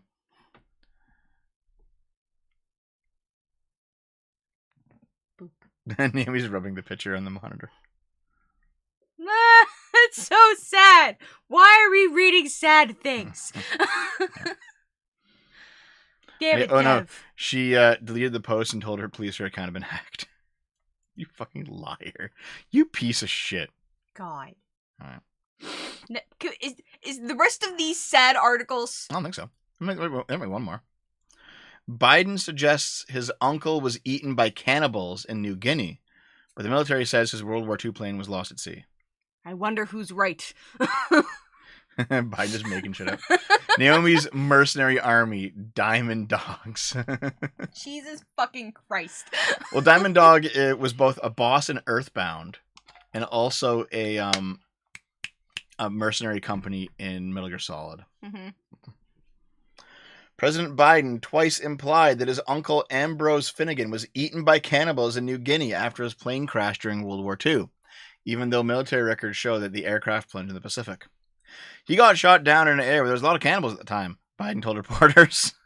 They never recovered his body, but the government went back when I went down there and they checked to find some parts of the plane. There he is, Joseph. Wait, where is it? Joseph Fingeman? What's his name? Ambrose Finnegan. Where is it? Ambrose Finnegan. There it is. He's rubbing the name. Yeah. That was his uncle. Oh. Yep. Ambrose Finnegan. Arriving in Pittsburgh, the AU and Euro president told the same story. He got shot down in New Guinea. He never found the body because there were a lot of cannibals for real in that part of New Guinea. Apparently, he was actually lost in the open ocean. For some reason, the plane was forced to ditch in the ocean off the north coast of New Guinea. Both engines failed at low altitude. The aircraft's nose hit the water hard. That's where he probably died during World War II. Oh, so he's saying that it did land in the ocean, because he's definitely not saying that it didn't, but that they couldn't find any bodies. Yeah, but so Biden's they might have survived and just ended up getting eaten by cannibals. Yeah, that's what Biden's saying. Like, maybe why would you say that, dude? Well, because they couldn't find any bodies, so that's his theory. Yeah, but like, it's much more likely they just died in the crash. But not if they couldn't find the bodies on the ship. Scroll down, or the plane. He got shot down and they never found the body because he used to. Okay, yeah, right. No, yeah, that's what he's saying. Three men failed to emerge from the sinking wreckage, were lost in the crash. One crew member survived and was rescued by a passing barge. An aerial search the next day found no trace of the missing aircraft or lost crew members. Well, they probably just sunk to the bottom of the ocean. Well, no, yeah, obviously. That's definitely what happened. It's like, no, they got 8. They got 8. They got 8, dude. Okay, no, I thought there was slightly more concrete evidence of, they found the plane, but they couldn't find the bodies. That would have made more sense. Yeah, that's fucking wild stuff. That's Minecraft hilarious. eating sound. Okay. Perth car park trials female-friendly parking zones. What? Why? No. Can you reserve this bay for female drivers? I'll just identify. You learn to drive and then you just identify as female, so we can relearn? parking. Like re-get my fucking license, even though I mostly know how to drive. I'm just being lazy. Yeah.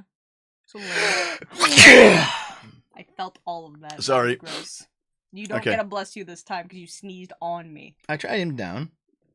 My foot was there, and so was my leg. Sorry.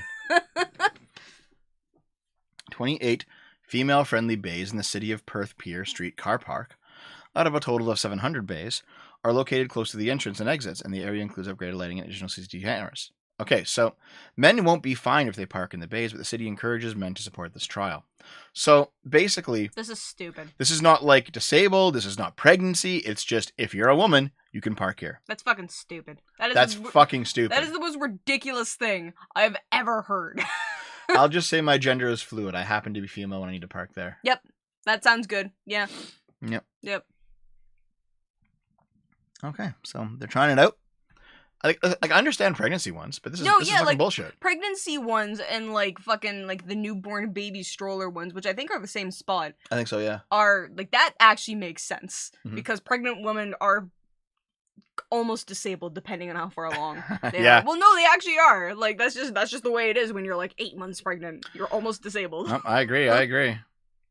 Anyway, that's Stupid. this is just stupid. Also, like I scroll down. The aim of the trial is to provide parking options in the city to improve service and the customer experience. So why is it female only? Are they trying to? Apparently they have these spots have additional lighting and more cameras. So like if you're walking from store to car, you're not going to get like mugged and violently raped or something. Well, that can happen to men too. We don't care about that. That's stupid. Anyway.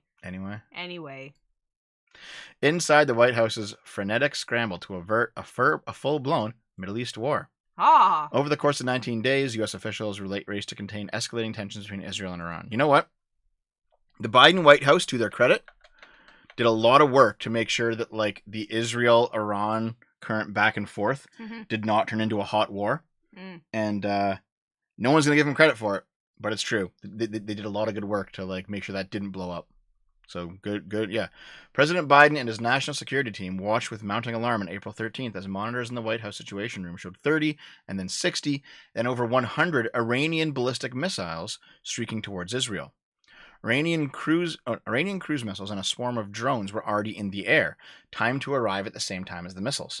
A massive barrage that Biden and his aides feared could overwhelm the strengthened defenses they and Israel had spent more than a week preparing. The scale of Tehran's first ever direct attack on Israel matched U.S. spy agencies' worst-case scenarios, U.S. officials later said. It threatened not only a close U.S. ally, but Biden's hopes of preventing a 6-month Middle East crisis from widening into an all-out regional war. Assembling the Situation Room, that Saturday Biden and his aides couldn't be sure that Israel's anti-missile systems, reinforced by the U.S. military's anti-missile and counter-drone deployments, would block nearly 99% of Iran's salvo. The result of the defenses were unclear until all was said and done. Wow. Okay. The agonizing wait during the Iranian barrage was among the tense moments in the 19-day crisis for Biden and his national security team, one where they often found themselves uninformed or uncertain about what both Israel and Iran were planning at critical times. It began with a go-it-alone attack in which the Israelis launched a bold strike at Iranian officers in Damascus without any consultation from the U.S. Jesus Christ, Israel, what the fuck? It ended after a coalition of U.S., European, and Arab militaries helped blunt the Iranian attack, and Israel appeared to heed the American calls for restraint. Wouldn't having female-only parking spaces help male rapists find victims? Yep. Yeah, that's true, Tricky Mario. Thank you. Thanks very much for the $5, dude.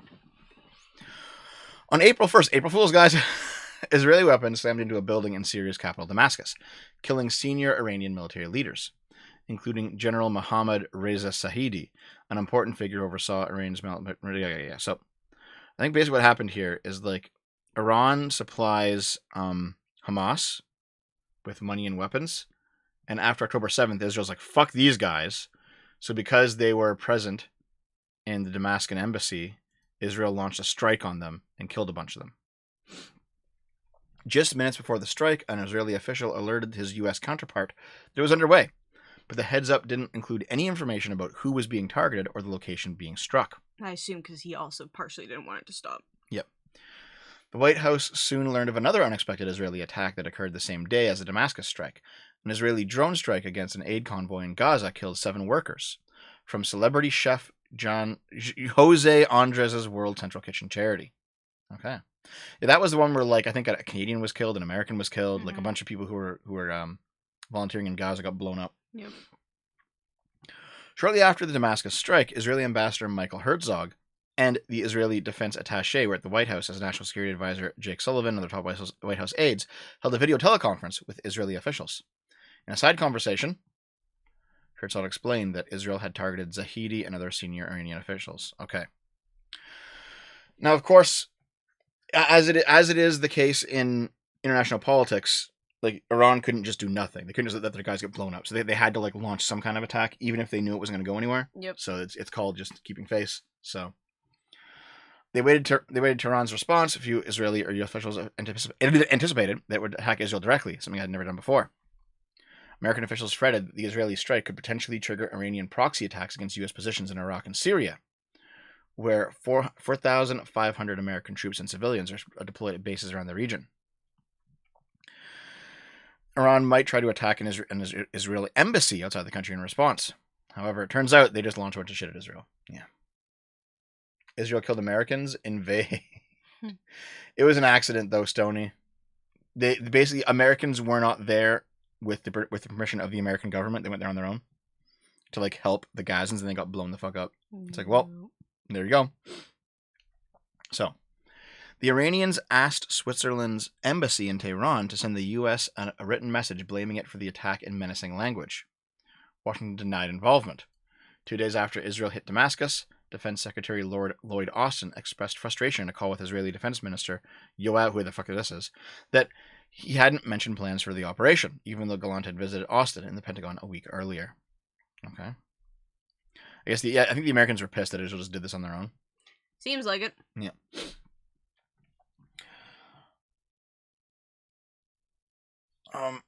So yeah, they said the attack will not remain without answer, which was on April 3. In an April 4th call, Biden told the Israeli Prime Minister that international support was plummeting after the World Central Kitchen deaths. Israel needed to allow more humanitarian aid into Gaza and reduce civilian casualties, and the U.S. would judge Israel by its actions, Biden said. He also told the Israeli leader that the U.S. had Israel's back against Iran. He ordered the Pentagon to step up its efforts to protect Israel, and the U.S. military activated highly classified plans for assisting Israel in a crisis. Okay.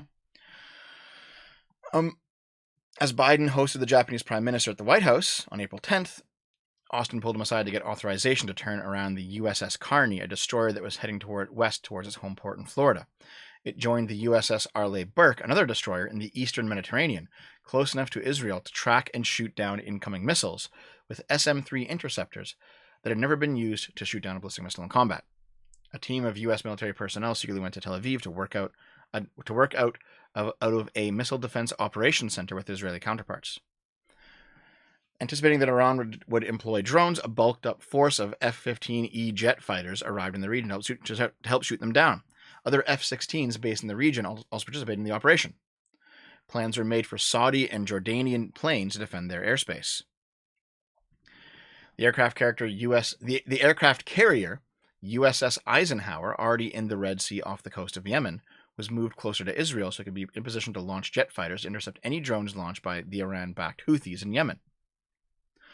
Biden's top aides worked the phones, imploring other governments to tell Iran not to strike.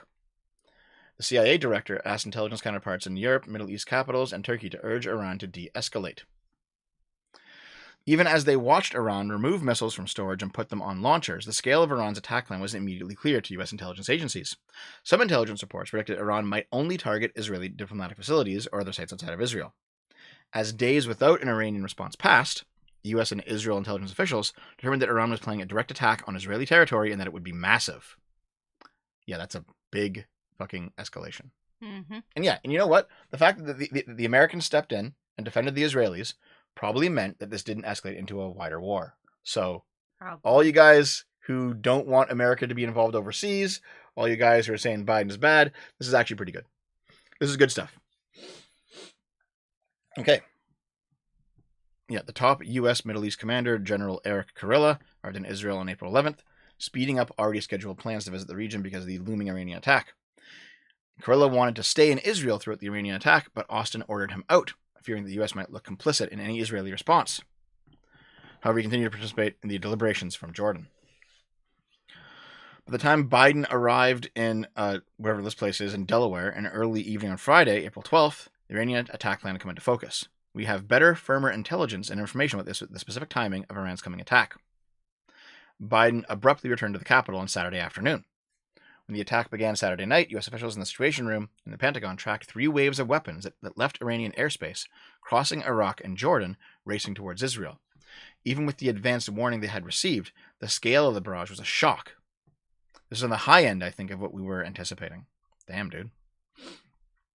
They launched 150 attack drones, one of the largest swarms used at one time in combat. It would take 5 to 7 hours to reach Israel. Then came 30 land attack cruise missiles with flight times of 2 to 3 hours. And then there were ballistic missiles that would reach Israel in just a dozen minutes.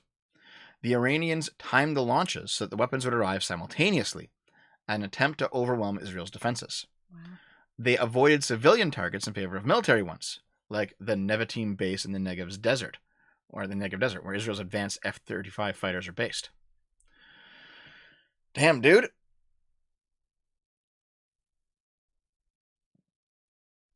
America number one. Yeah. Listen, America's pretty based. Gotta say. USA. USA. USA. Says the Canadian. Let's move. I- I'm gonna get American citizenship. Mhm. Would you complain? No.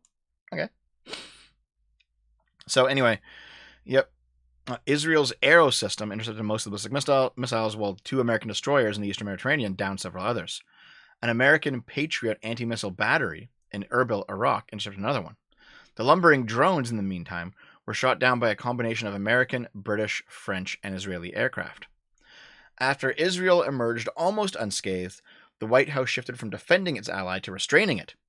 At about 9 p.m. Washington time on April 13th, Biden and Netanyahu held an intense call.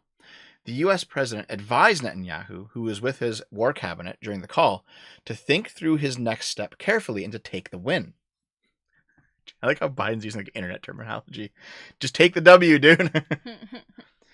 He reminded the Israeli leader that his forces had eliminated Iran's military commanders for Lebanon and Syria, and that Iran's counterattack had failed. U.S. officials worried that Israel might strike back immediately and powerfully.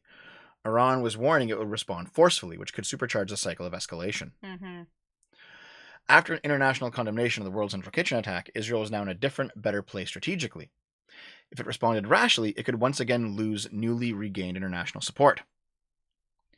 Members of Netanyahu's right-wing coalition government were demanding quick, massive retaliation, but Netanyahu told ministers from his Likud party that while he was determined to respond to Iran, the action would be sensible and not something irresponsible. Early on April 19th, Israel struck back, targeting a single military site in Iran's Isfahan province. While the attack was narrow, it showed that Israel could overcome Iranian air defenses and strike deep inside its territory.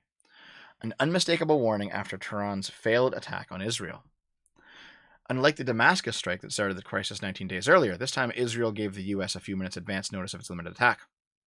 The White House had, at least for a time, avoided a wider war. So, good job, Biden White House. I know that was all very dry reading. I understand that. But you know what? This is something that I don't think Biden's ever going to get credit for. But his administration did it, you know? Yeah. Yeah. So good for them. You know what's funny is that it seems almost like a bad time for an election. Yeah. Almost. Let's go. Garfield phones have been washing ashore in France for years. During the sunny, warm beach days, kids could be found on the shores of Brittany, France, Brittany is not Britain, it's a place in France. Brittany, France, dipping their feet in the water, building sandcastles looking for seashells, and finding bright orange Garfield heads buried in the sand among a graveyard of phone cords, receivers, and numerical buttons. What a tonal shift. Yep. You see, the beaches in Brittany don't provide just the standard beach fare. You can find sand dollars, pieces of coral, and even a few shark teeth, if you're lucky. Beaches have a different sort of bounty, sort of which have been a mystery for the past 30 years. You're reading too fast. These bounties were an odd sort of treasure. They were Garfield the cat telephones. So these were all the rage back in the 70s. I remember. Well, I don't remember, but I know. Yeah. I know. Since the 1980s, Brittany, France has been fighting a losing fight against a never-ending tide of plastic orange cats. It all started with a few pieces. But they just kept coming. The unmistakable visage of a lasagna-loving Garfield the cat, only in phone form. I feel like the company that made these phones probably just fucking dumped them after they lost popularity. We'll see. We'll see. Let's see. When the phone started appearing, Garfield was at the height of his popularity. The lazy orange cat that spawned from a comic strip struck the funny bones of millions of people around the world. Yes. It's all. Yeah, you need another water, eh? You mind getting it? What? No, I'm fine. I'm thirsty though. I'm too bad. Why didn't you get your own water? I'm drinking coffee. My coffee's done. I will get water. Okay. You keep reading. I'll wait for coffee. Well, this is a. You probably should have left during the other one. Oops. Read the article. Okay, fine. You do not need me for Garfield the cat. One of the strange products to come out of the Garfield phase was the Garfield phone. Now it's a collectible worth over $100. Leave the door open, Naomi. No. Fuck you!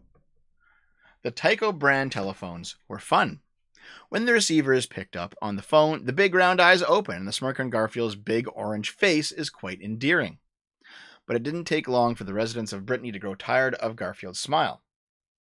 As cute as they were, the Garfield phones were undeniably litter, and a seemingly never-ending source. Wait, hold on. Why are they all here? Why are they all here, dude? A seemingly never-ending source of plastic phone litter is never good for entertainment. Okay. Activists would visit the beaches and meticulously clean them of any sort of pollution. This included Garfield phones, which remained remarkably well preserved for the amount of time they had potentially spent in the salt water. Some even appeared to be new. Once their cleaning was done, it was only a matter of time before more Garfield phones appeared. SCP, Infinite Garfields. In 2018 alone, over 200 pieces of Garfield phones washed ashore in France and had to be cleaned up. Where in the world were the Garfield phones coming from? The activist had an idea about what was spawning the Garfield plague on her beach, but she hoped her solution was incorrect. Her idea was that a shipping container of the Garfield phones must have been lost, and was sitting at the bottom of the ocean, sending pieces to wash ashore while simultaneously polluting the marine ecosystem around it. This could be very problematic to local sea life. The plastics, metals, and paint could leach chemicals into the water, and the small pieces of the phone could be eaten by mistake. This hypothesis led to her to search for the source of the phones. If a shipping container could be found and pulled from the ocean depths, there was no telling what sort of damage could be avoided. So yeah, basically Garfield phones just kept appearing out of nowhere. Yeah, I know. Probably because the company dumped them, as I said. Apparently it's a lost Garfield container in the ocean that fell off a boat accidentally. Dumped. Accidentally. Okay. She was on the beach once again when she met a farmer named Rene Morvan. At the time, there had been an increased amount of media attention surrounding the Garfield phone mystery, and it had jogged the memory of the farmer. He asked her if she was looking for Garfield, and when she confirmed his suspicions, the farmer knew just what to do. Come with me, he told her. I can show you. They spoke as he led her, telling her all about the history with the Garfield phones. When he was just 20, a storm hit the coastline. This storm seemed to be the catalyst for the mystery, because not long after, the phones began to wash ashore. He and his brother wondered whether something so strange as hundreds of Garfield telephones could have come from. They went to find out what they could. The brothers walked the rocky shore to the Campana cave, and in the cave was Garfield. In the cave, wedged so tightly it would never come loose, was a shipping container full of bright orange cat phones. It was an exciting discovery for the brothers, but nothing ever came of their finding. It wasn't until decades later that his story would be able to settle a 30-year-old pollution mystery. Like, did he not even tell, like, local government so they could, like, maybe fund a cleaning up movement? I guess not. He just left it there. All right. Yeah. When a documentary crew went back to the cave to put the origin of the Garfield phones to rest once and for all, it was a bittersweet moment. On the way to the cave, orange bits of the phones were scattered everywhere. Once they were inside the cave proper, they found the container just as expected. Garfield, though, most of his remnants have long since washed away. There was plenty of evidence that the shipping container had been full of Garfield phones when it got stuck, but it had been over 30 years. Most of the phones had been either out to sea or to the beach in Brittany where they had first gained their fame. Well, there we go. Well, then, yeah. All right. Yep. Just a lost shipping container, just All right. dumping phones everywhere. Yeah. So I guess the shipping container was dumped. It probably fell off in the storm. Mm-hmm. Yep. This is today's thumbnail. McDonald's worker, 15 years old, left with a fractured skull after an adult male with a rap sheet stomps her during brawl. What? Why was there a brawl? So, A goon with a lengthy criminal history viciously assault. Here's the thing, all right? This guy's called a goon multiple times in the media. It's a black guy. Ooh. And they're just like, look at this goon.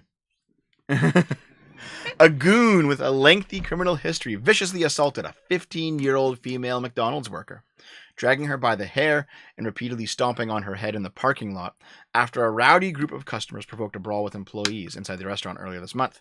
Johnny Ricks, 25 years old, was arrested for assault after he allegedly grabbed the teen by her hair and yanked her across the parking lot of the restaurant before bashing her head into the concrete and punching her in the face. Jesus. The girl, identified as Aria Lynch, that's a bad last name, on a GoFundMe set up by her family, suffered a fractured skull, a broken nose, and damage to her frontal lobe.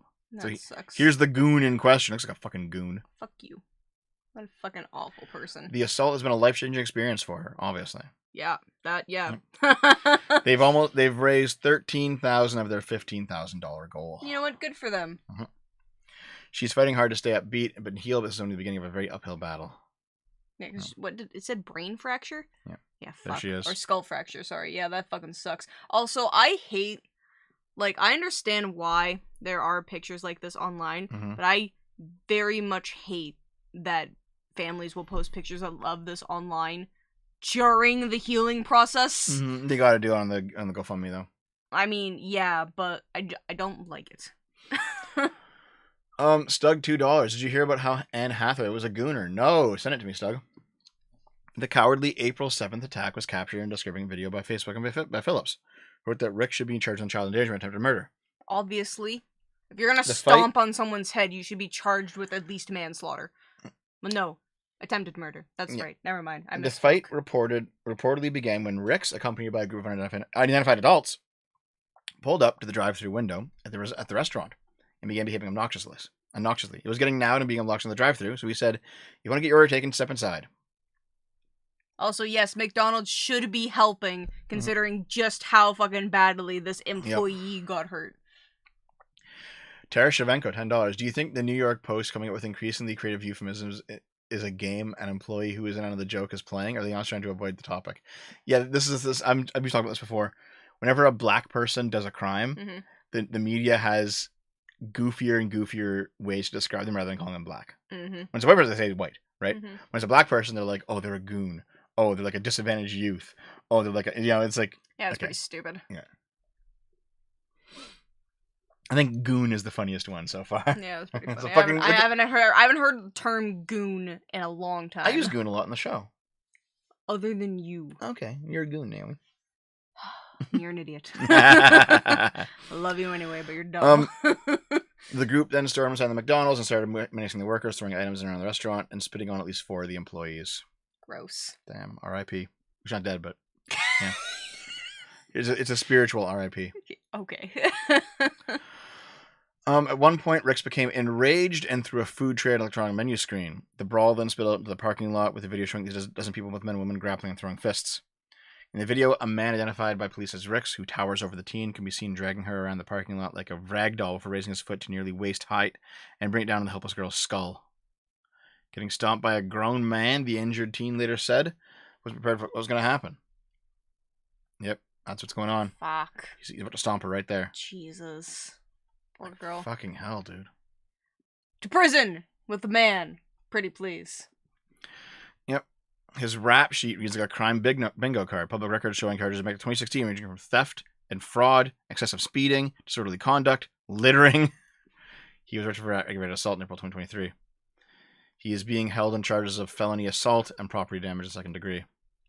He's going to court on the 25th, which has already happened. Okay, so I actually have a question about this. It's not totally related to the article, but for people who obviously just keep reoffending, do you think that they should just, like, eventually just be sentenced to prison for life because they're obviously just not getting better? Yeah, I think so.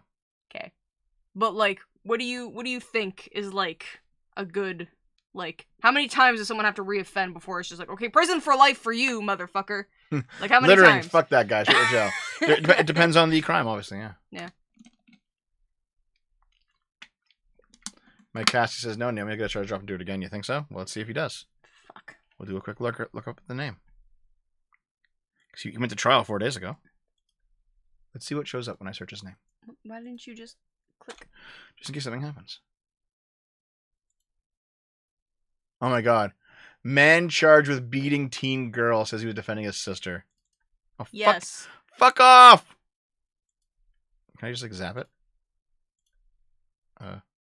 Zap? Hold on. Yeah, there we go. Hooray! The article's gone, but the headline's still here. Well. I was defending my sister. No, you fucking weren't. Fuck you.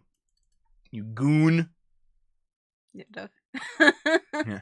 He was on probation. Oh my god. Prosecutors upped the charges against him. Good. He was on probation when he decided he faces 30 years in prison. Okay, you know what? Good. Jesus Christ. Yeah, they upped the charges. He faces 30 years in prison. Yep. The guy in the chat who's like, "They're just gonna drop the charges because he's black." You guys, you're fucking coping, dude. Well, you know what? At least you know what? Sometimes the justice system just isn't fucking great. At least this time, he's actually gonna get 30 years in prison. Because Jesus, if his rap sheet reads like a fucking bingo card, he should just be locked up. Like, 'cause good lord. Yeah. Tesla's Cybertruck is a dystopian masturbatory fantasy. In Elon's future, the rich should be allowed to dominate and probably run over the poor with impunity. Yes, obviously. That's actually really funny. Based. It should be illegal to run down the poors in the street. But no, Run them over. You're a poor. Also, dude, the Cybertruck is so bad. Well, yes. It's so fucking bad. Like, Didn't you like the design of it? No, never. Listen, Teslas are good. They're so good. Mhm. Cybertruck is so fucking bad. Like, Mhm. it looks so terrible. Mm.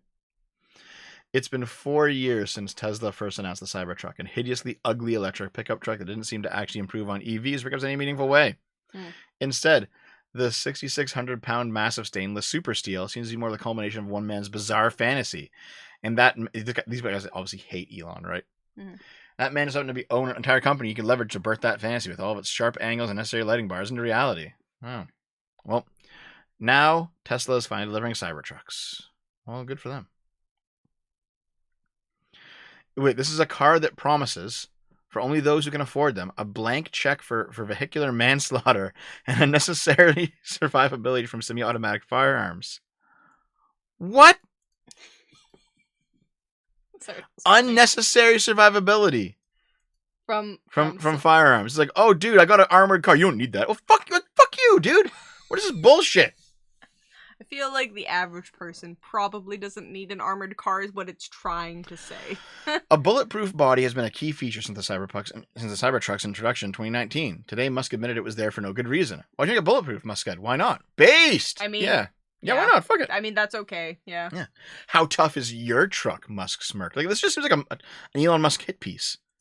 Probably is. We're gonna keep reading it, though. Yeah. Gotta finish it off. Yep. There was a video of a Cybertruck being sprayed with rounds from a 45 caliber Tommy gun, a Glock 9mm, and an MP5 submachine gun. We asked Tesla what cartridges they were firing. The company dissolved its PR team in 2019. Oh, rip. Oh, well, who cares?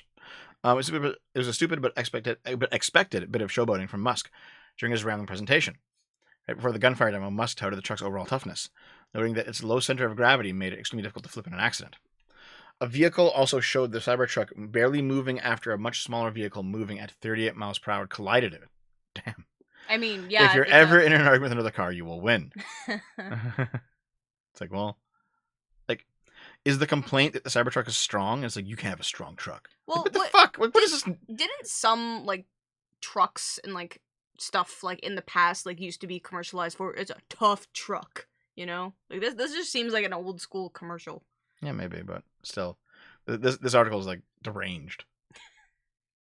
Wait, hold on. In a country where both traffic fatalities and gun violence have surged in recent years, it's a little galling to see Musk promoting his vehicle as some sort of tool for rich people to survive the apocalypse. Dude, if traffic fatalities and gun violence are surging, and a guy comes along and says, hey, I've invented this new thing, it'll help you with those problems, why are you shitting on it? Like, this is just Cope. This is Cope the article. The Cybertruck has been tested in all the world's toughest environments. Chicago, San Francisco, Baltimore, Philadelphia, New York City. Thanks for the $5, dude. Yep. Sometimes you get these late civilization vibes. The apocalypse could come along at any moment. And here at Tesla, We have the finest apocalypse technology. Did he actually say that? That's yeah. really funny. It's funny. They're so angry. All right, SUVs and trucks have gotten dramatically bigger and heavier in the past decade or so. Oh my God, Naomi, when you were driving around my mom's Palisade, it was so fucking It big. was so big. Yeah. Have you seen half the stuff from Thunderfoot now? It's all about him hating on Elon. Yeah, Thunderfoot's been a cuck for like 10 years, dude. Anyway. You gonna keep reading the article, Dev? No, it's all. I don't want to. Well, there's nothing here. It's just him coping. It's just cope. Okay.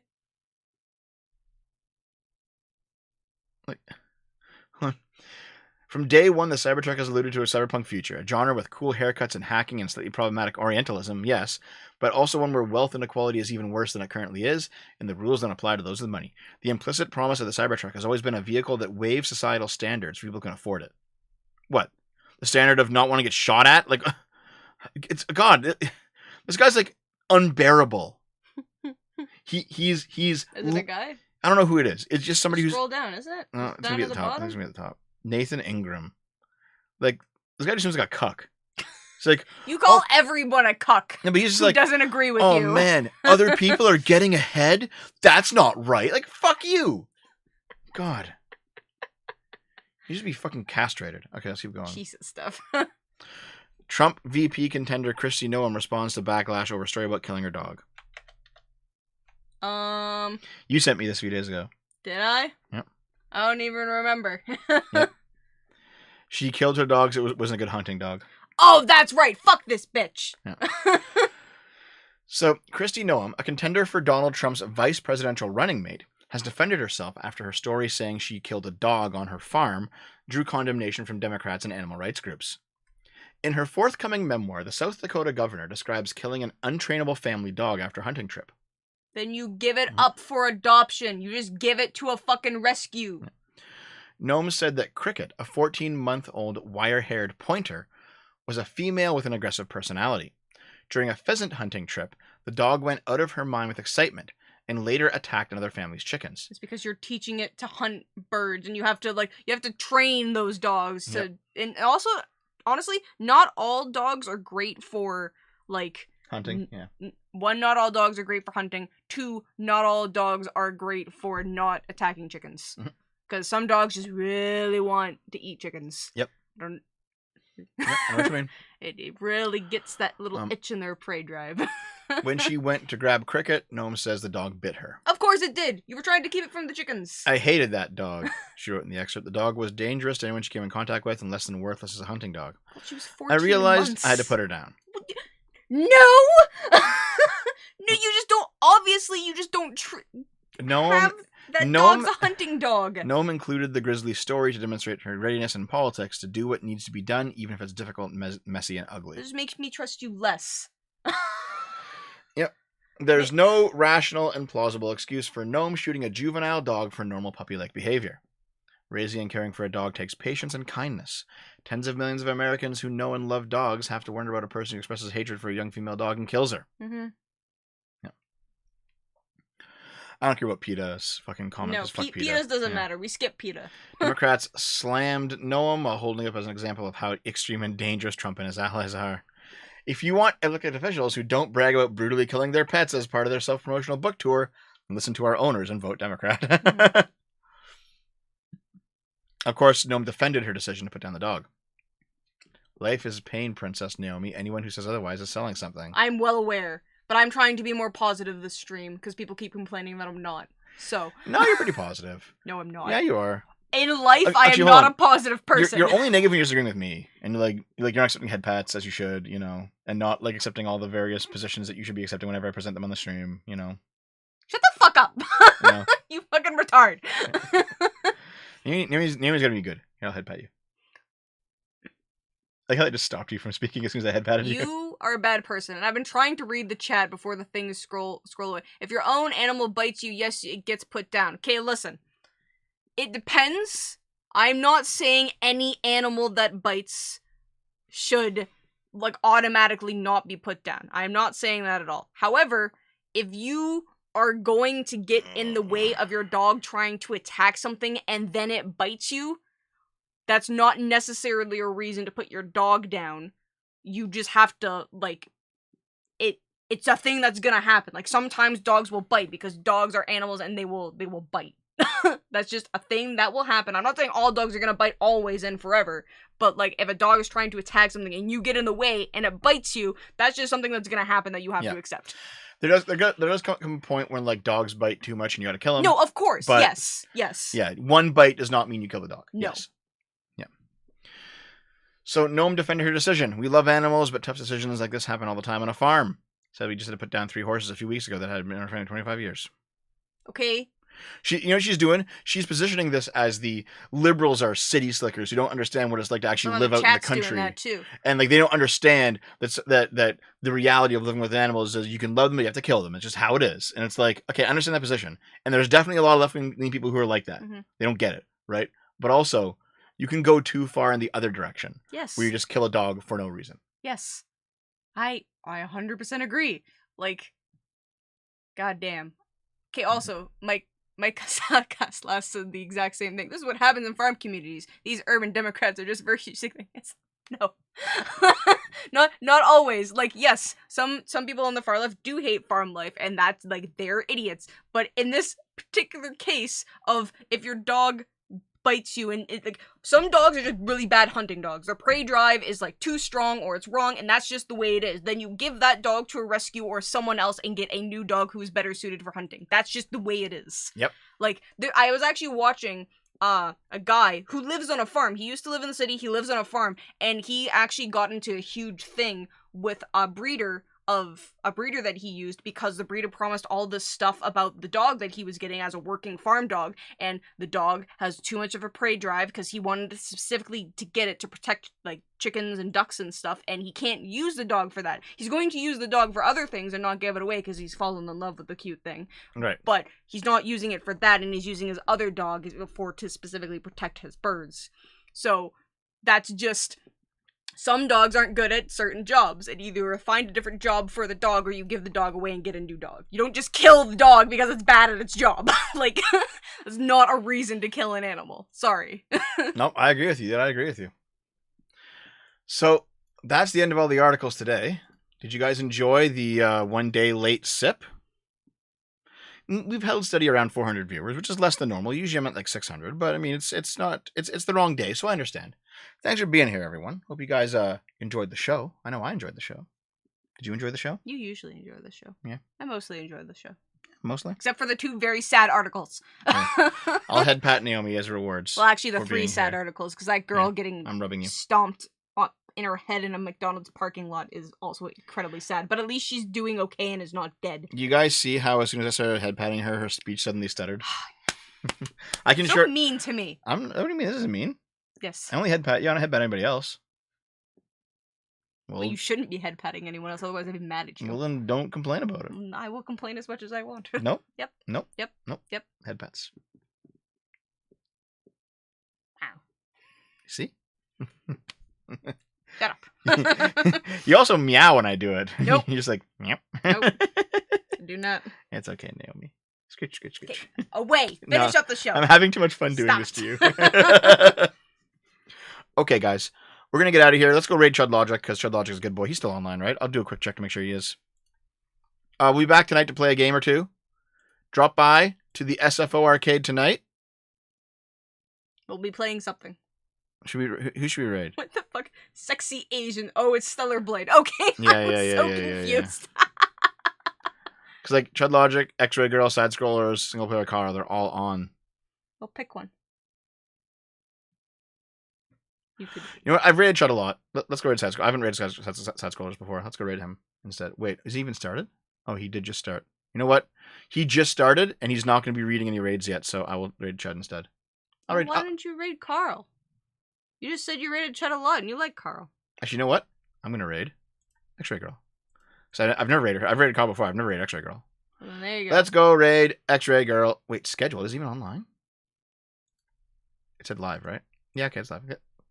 Go. Here, I'm going to send you over to X-Ray Girl. Go say hello to her, guys. And drop in for the gaming stream tonight, okay? Wait, my super chat dev says tricky. Where is it? Or The Price is Right. Okay, guys. Thanks. See you next time. Have a good one. Bye. Bye.